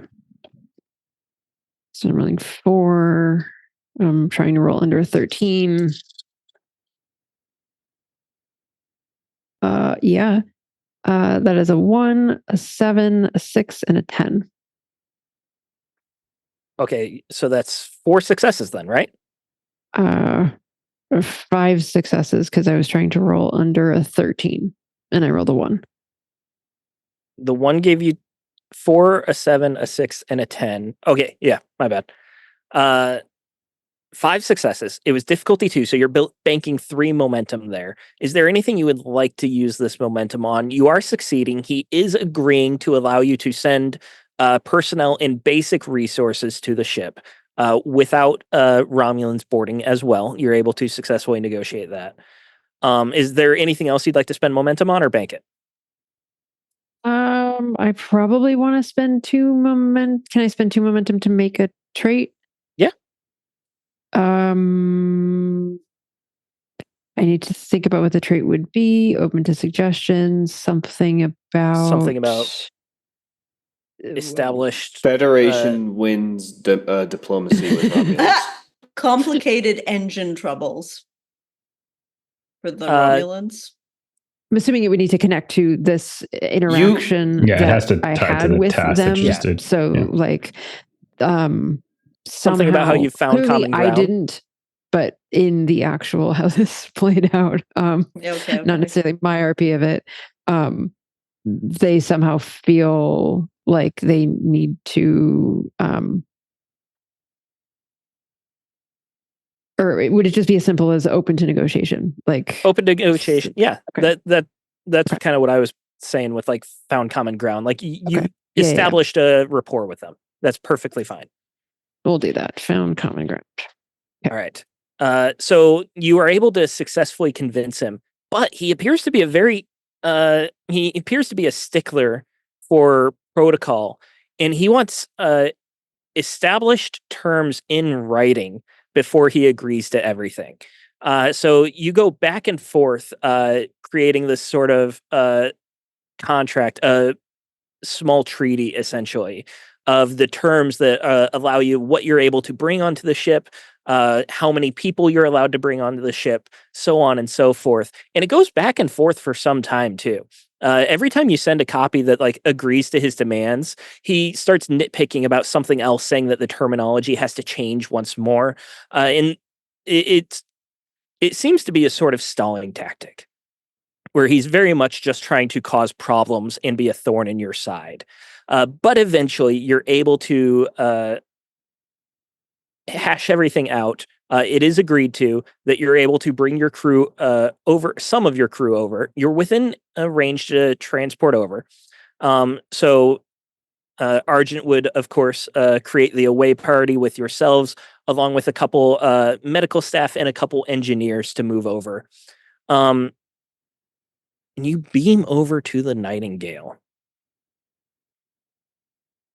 The Nightingale is a mess. You beam over straight to the bridge because the transport room is non-functional at this point. You see Commander Lewis is on duty. She's very disheveled. As you beam onto the bridge, you see that she's actually on her back under a console, fixing wires, trying to repair something. And with she slides herself out. Oh, good. We need all the help we can get. There were 80 souls on board, and now there's only 40. We've lost all but 3 engineers. The science staff is considerable, and they've stepped up. They're doing the best they can, but we're very understaffed. Yeah, hold on one second. I got a dermal regenerator. Let's actually get this looked at. And Dr. Tallis is going to go after the cut she has on her head. Okay. Yeah, we won't require a roll from that. It's superficial, so you're able to easily fix that up. She's fussing over you, trying to go back to repairs as you're doing it, but you're able to fix it in just moments. It looked a lot worse than it was. Can I look at the console that she was trying to repair while fixing her and see if I can't find what's wrong with it? Yeah, that would be reason engineering. Sure. What's the challenge rating? Difficulty 1. Okay, I'll just roll 2 dice. That is a 1 success. Okay. It appears that when the warp core failed, there was a final surge of power that overloaded a lot of the consoles across the ship. This console specifically is one of the main consoles for the bridge. She's specifically trying to get this single console going so that when the warp core is back online, they'll be able to control the ship relatively easily from this console. It won't be ideal because you won't have access to the full bridge, but you'll have basic controls. This is actually one of the less important repairs to be made as you're going through. She's making this repair in the hopes that she's able to, that the rest of the crew is able to get the warp core online. She's not necessarily a repair technician, which is why she's on the bridge working here trying to get it set up.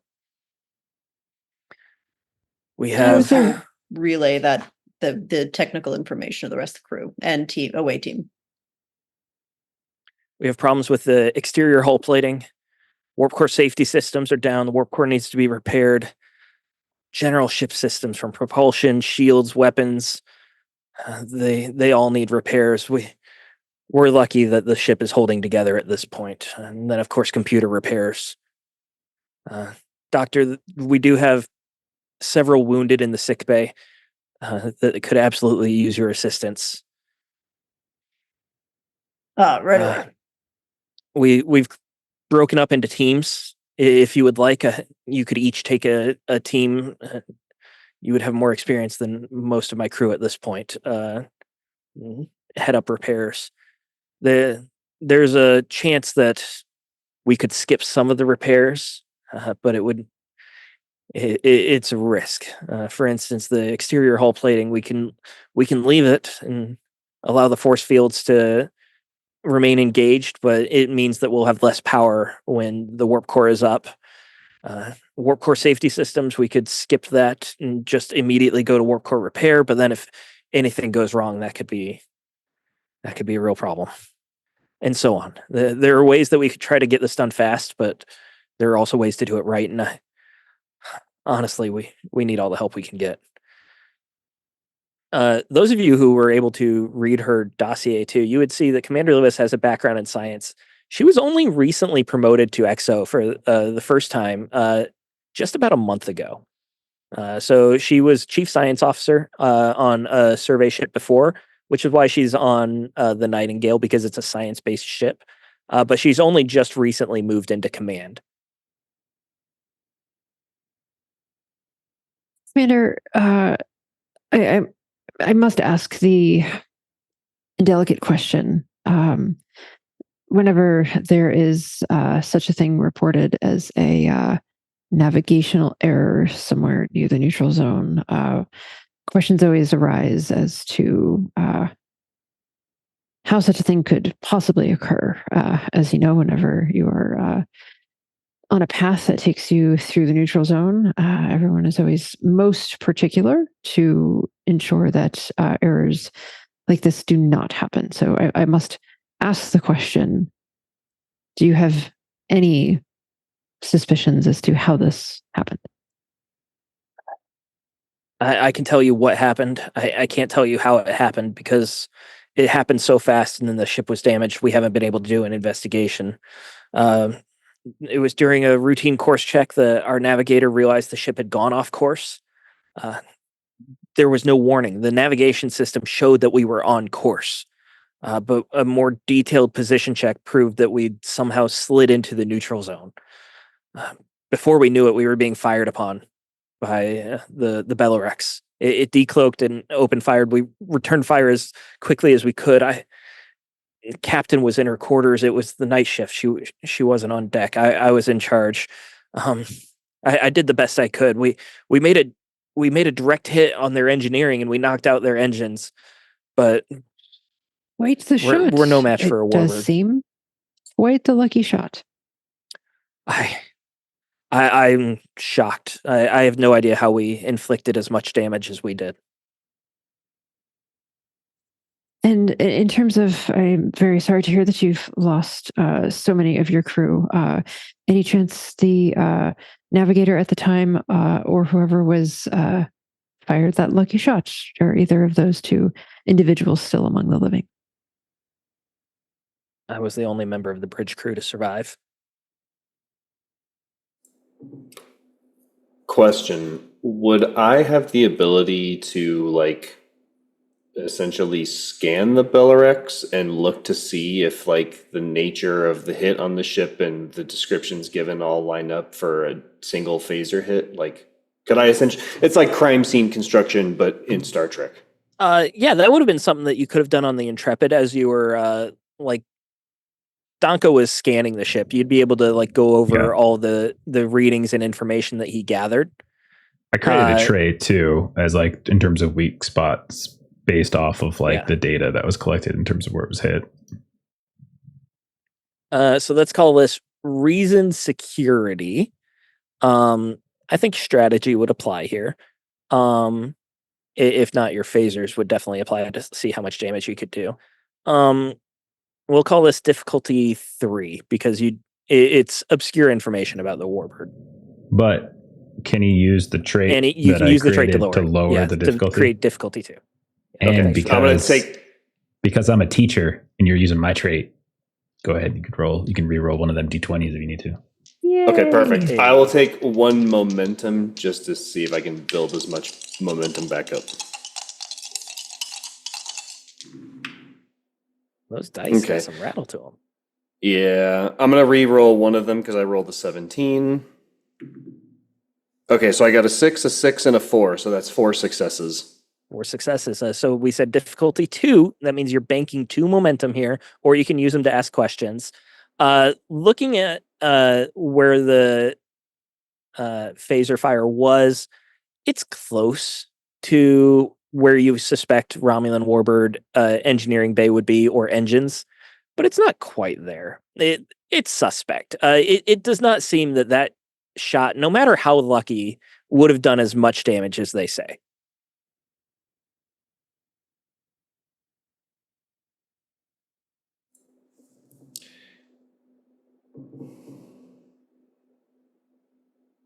Okay. And the story is that the Romulan ship fired on the Nightingale as soon as it decloaked. I'm assuming using their disruptor?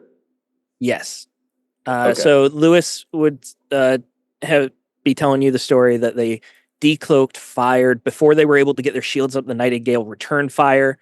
The Romulan salvo took out Nightingale shields, made a direct hit on engineering. We're no match for the Warbird, but we managed to disable their engines, and them having disabled us, we were at a stalemate. The Romulans opened a channel and demanded surrender, and I did so on the condition that we were allowed to apprise Starfleet of the incident. I think I might want to obtain information using one of the 2 momentum, the extra momentum that I got. So one question I want to ask, I don't do this usually, so does the damage to the Romulan ship look like it came from a power surge from them decloaking or firing their own weapon? Or maybe the question's better asked more broadly of, does it look like it exploded outward versus something penetrating into it? I get what you're asking. Yeah. The visual damage of the Romulan ship is very much consistent with Starfleet phasers. Okay. So it does look like the Nightingale hit. What it does not look like is that the Nightingale did enough damage to actually knock out the engines. Okay. It's all guesswork, but you can say 9 times out of 10 you're right on this. Yeah. If Okay. we're scanning the ship, can we scan to see if we can figure out if the engines are functional or not? Because that would be something that you'd probably have to do from the Intrepid. Okay. But also, I'm not sure. There was no power to the engines. We already said that. So Yeah. whether they're functional or not, I'm not sure your sensors would be able to pick that up. You You would guys just know know they're that their off. engines are powered down. Yes. Whether they got broken and off or they just turned them off Yes. on their own. Yeah.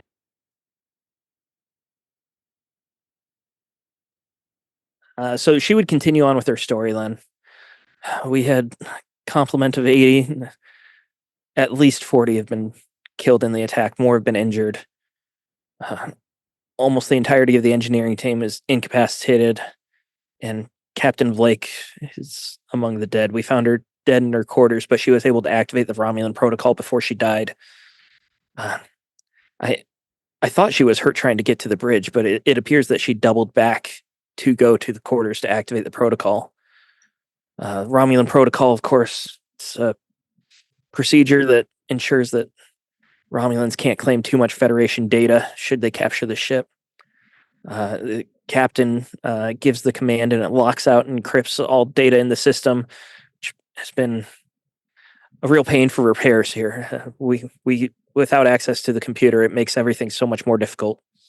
You know, The computer is shut quarters. down and locked, but it maintains life support and manual systems, and with enough time, we can reverse it. She went back to her quarters, you said.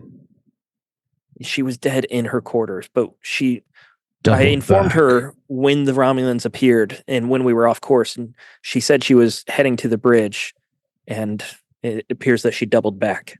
Could I take a look at her quarters, if you don't mind? I might be able to do something about this Romulan protocol. Of course, absolutely.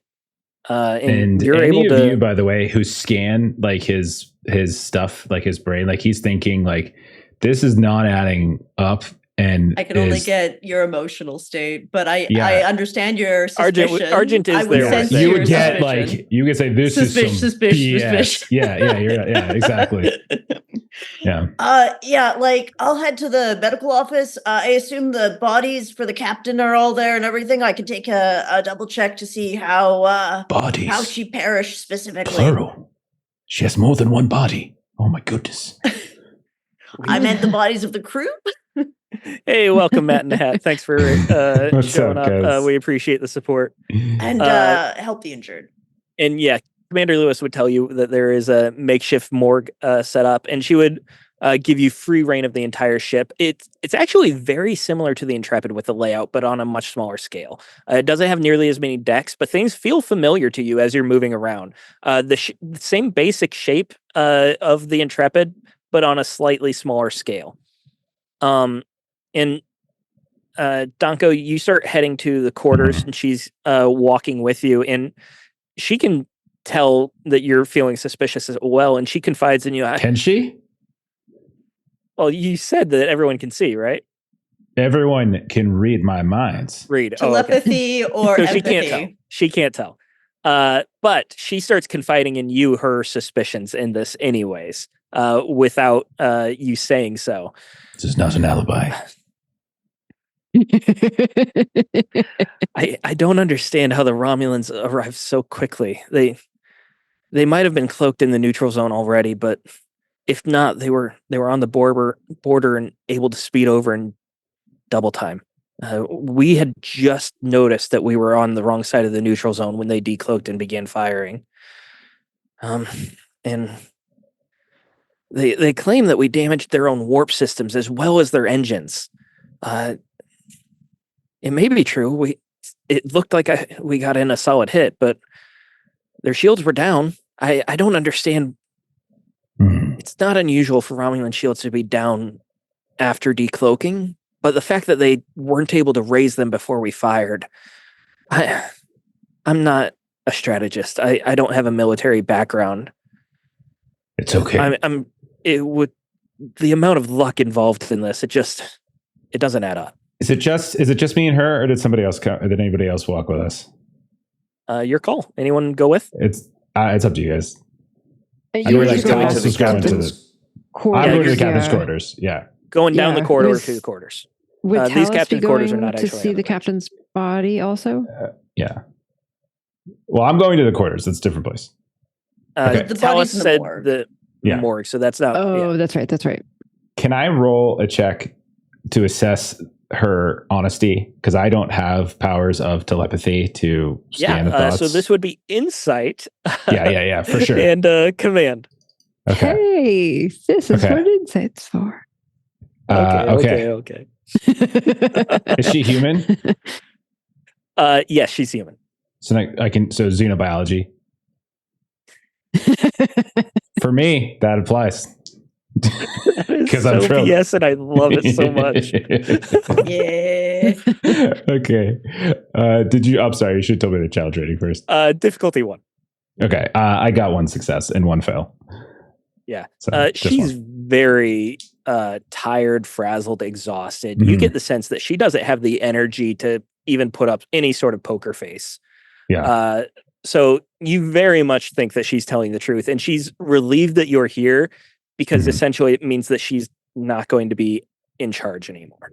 So he'll say, like, well, Commander, I don't mean to alarm you, But as you know, the Romulans are very devious. Well, Romulans are very devious. And this entire situation seems to have a significant amount of, well, strange phenomena associated with it. It would not surprise me if there was someone, at least one, if not more, aboard this ship who likely sabotaged your vessel to ensure it made it across the neutral zone. And in doing so, the captain somehow discovered it, and thereby triggered the Romulan initiative here.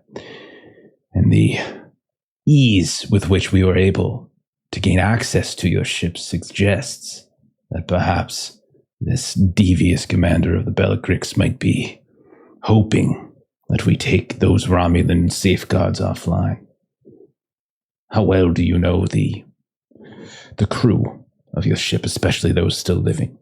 Are there any that have recently come on board, or are there any that have had you've had suspicions of? I'm EXO, so I approve all the transfers, but I'll be honest, I don't know the crew that well. I was assigned to the Nightingale almost a month ago, and I'm still getting to know the ship, let alone the crew. There were a few other crew members that were assigned with me,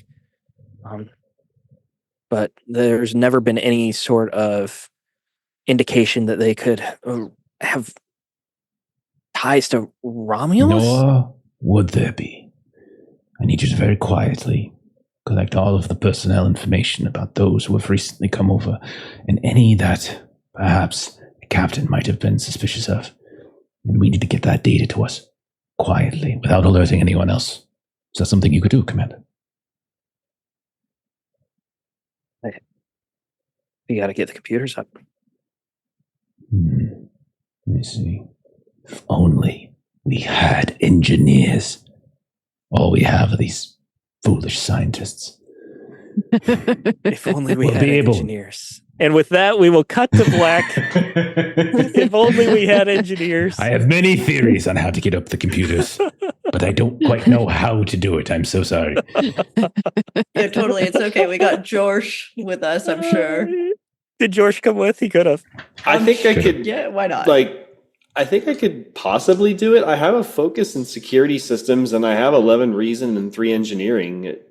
Yeah. All of you are capable of reversing the encryption with enough time and But do we resources. want to? Yes. I don't. I'm thinking we might not want to do it yet. Not until we get more information. Because this feels like a setup. This feels like we're getting set up. feels like a Well, setup. and my other question was like, if we were to undo the decryption as EXO, does she have the protocol to be able to put it back in place? Like if we pulled it down, got the information we need as EXO, she knows the protocol, so she could, if she's not the bad guy, she could put the encryption back up again. So we get what we I need. passed put the my encryption insight back up. test. She was Or- Gucci. Or could Theoretically, Argent you're do absolutely it? correct, Tessel, that she is now acting captain, so that would mean that she has the authority to initiate the Romulan protocol again. Okay. And even having Argent with us, you said that both Captain and EXO would be trained in the Romulan protocol. So They would be familiar with it. Of course, the encryption is slightly different for every single ship. So it's not like Argent would have a password to just turn off the protocol. Mhm. But would you be able to but- activate it? yeah, 'cause Argent, it's if we pull it back down, can we put it back up again? Like, do Yeah. we have that kind of fail safe? I think Argent would be able to put it back up again if he needed. I think that's fair to say. But what do we have to knock it back down again? Can you put it back up again after that? We just keep doing it. Never gonna keep it down. Just gotta get Let's do back some up shout again. outs. So we don't have Aaron tonight, unfortunately, miss you, buddy. But I'm going to do a shout out for him because I'm very excited about this. Tomorrow on Garblag Games, he will be playing Huckleberry. If you don't know what Huckleberry is, you've not been listening to me for months now. It is a Weird West game that just came out. It's really fucking fun, if I do say so myself. I wrote it. We've got a lot of great content coming out for it. We just had a adventure released for it, the introductory adventure that's bundled with the book. We've got more updates coming for the book. I have been writing away till my fingers are numb. And we've got other adventures that are coming out for it, written by some very beautiful, attractive people here on the screen. Well, actually, not on the screen anymore. Jeff, can you put the book down? Okay. Not now. Now that you asked. Nope. But I'm very happy to have a lot of talented people working on this. And if you want to see how it's played, go to Garblag Games tomorrow on YouTube. We'll be dropping the link on our Discord. If you're not on our Discord, why not? It's where all the cool people are. There's a lot of fun on there. Jeff, what else do we got going on? All right, man. So what do we have going on? Thursday, we is our next stream, and we are starting up a new game, Swords of the Serpentine. You can see Kipser, myself, Melissa, and Aaron, along with our friends Long and Jeremy, as we are playing through that. We're going to be making characters. We're going to be making our little crew or family or guild, whatever the hell it is we settle on, doing some basic world building stuff, and then sort of eventually starting a new campaign, probably after U.S. Thanksgiving. Friday, we're looking at the probable finale of our season, or our second campaign of Delta Green. I don't know what our official terminology is, but What Lies We Tell is coming to a close, more than likely. And so that'll be Friday night. Come see if anyone makes it. Saturday, we should be back to Call of Cthulhu, Eternal Lies, where I'm running two campaigns at the same time, as the two groups are completely separate from one another, and half the table doesn't know what the other half is doing. So that was by regret. And then next Monday, we got more Otherscape, is our Mythos Cyberpunk campaign that we've been doing every Monday. Lots of fun. And we're back on Tuesday with more Star Trek. There you go. Is that it? Awesome. We good? Shout out to Matt and Hat for rating. Did we have any other raters? I don't think we did. No, yeah. that was it. Are we pushing on? Are we passing it forward? Sure. Most of the normal people I raid aren't up right now, so I think we're just going to do someone rando. That roulette. We did have a hype train earlier, so thanks for all the support, folks, for that. Just going to pick a game that looks interesting. Let's see what we got. Well, I just mentioned Cyberpunk, so let's raid. I don't know who we're going with. Let's do, man, there's so many options. I might do this. They're playing some Cult. Whatever. It's just raid. Let's take it to Cult, because that's a common conversion, I think. Nope. Never mind. Not going to do Cult. Not going to do that one. Looking for something else. Tell you what, you know There's what? aliens. You guys like aliens? Along the Frontiers doing Omar Craig. Got it. Thank you. Okay, let's do it. Off we go to the alien group. Have a great rest of your night. We'll see y'all later. Bye-bye. Bye.